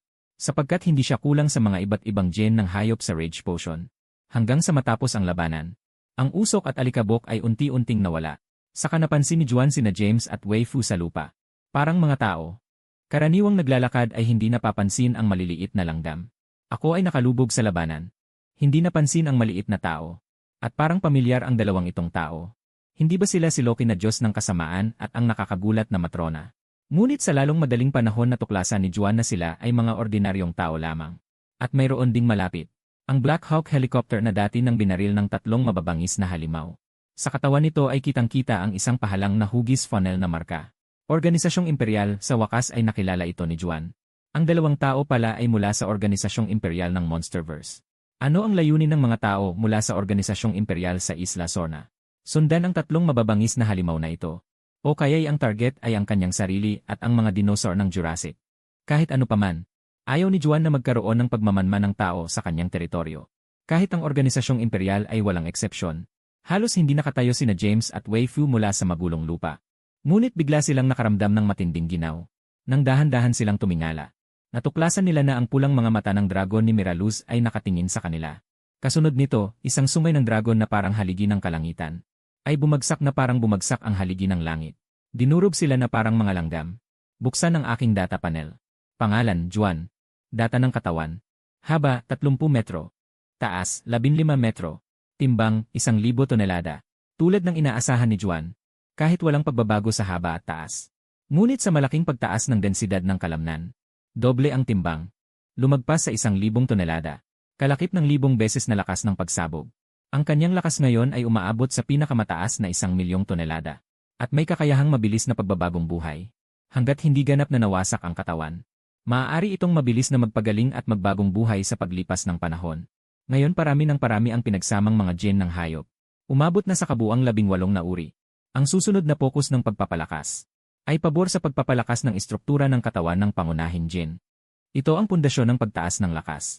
Ang natitirang mahigit 1,000,000 puntos ng gene. Ipinagpatuloy ni Juan na idagdag ito sa walang hanggang paglaki ng pagpapalaki ng katawan. Ang laki ay muling lumaki at naging mas malaki. Sa buong katawan ng I-Rex, bawat bahagi ay muling nakaranas ng isang pagsabog na paglago. Sa huli, ang haba ay tumaas sa 50 metro. Ang taas ay lumampas sa 25 metro. Ang bigat ay biglang umabot sa 5,000 tonelada. Katumbas ng isang karaniwang destroyer. Ang natitirang 5,000 puntos ng gene ay itinalaga sa balat na bakal, armor, mga kalamnan na bakal na parang bakal, mga buto na tanso at bakal at mga ngiping bakal na parang pating, mga kuko na bakal na matatalim na antas 11 Matapos halos magamit ang lahat ng puntos ng gene, bumalik si Juan sa realidad. Nagpatuloy sa pag-ikot sa buong Isla Sorna. Natuklasan na halos wala nang natitirang mga nilalang sa isla. Subalit ang pangkalahatang ekolohikal na kapaligiran ng Isla Sorna ay nanatiling medyo buo. Wala nang pinsalang dulot ng tao. Ang ekolohikal na kapaligiran ng Isla Sorna ay napakaangkop para sa pamumuhay ng mga dinosaur. Plano ni Juan na gawin itong pangalawang base ng kanyang panig. Malapit na ang oras. Hindi na malayang dumidilim na ang langit. Hindi na nagtagal si Juan sa Isla Sorna. Biglang nag-unat.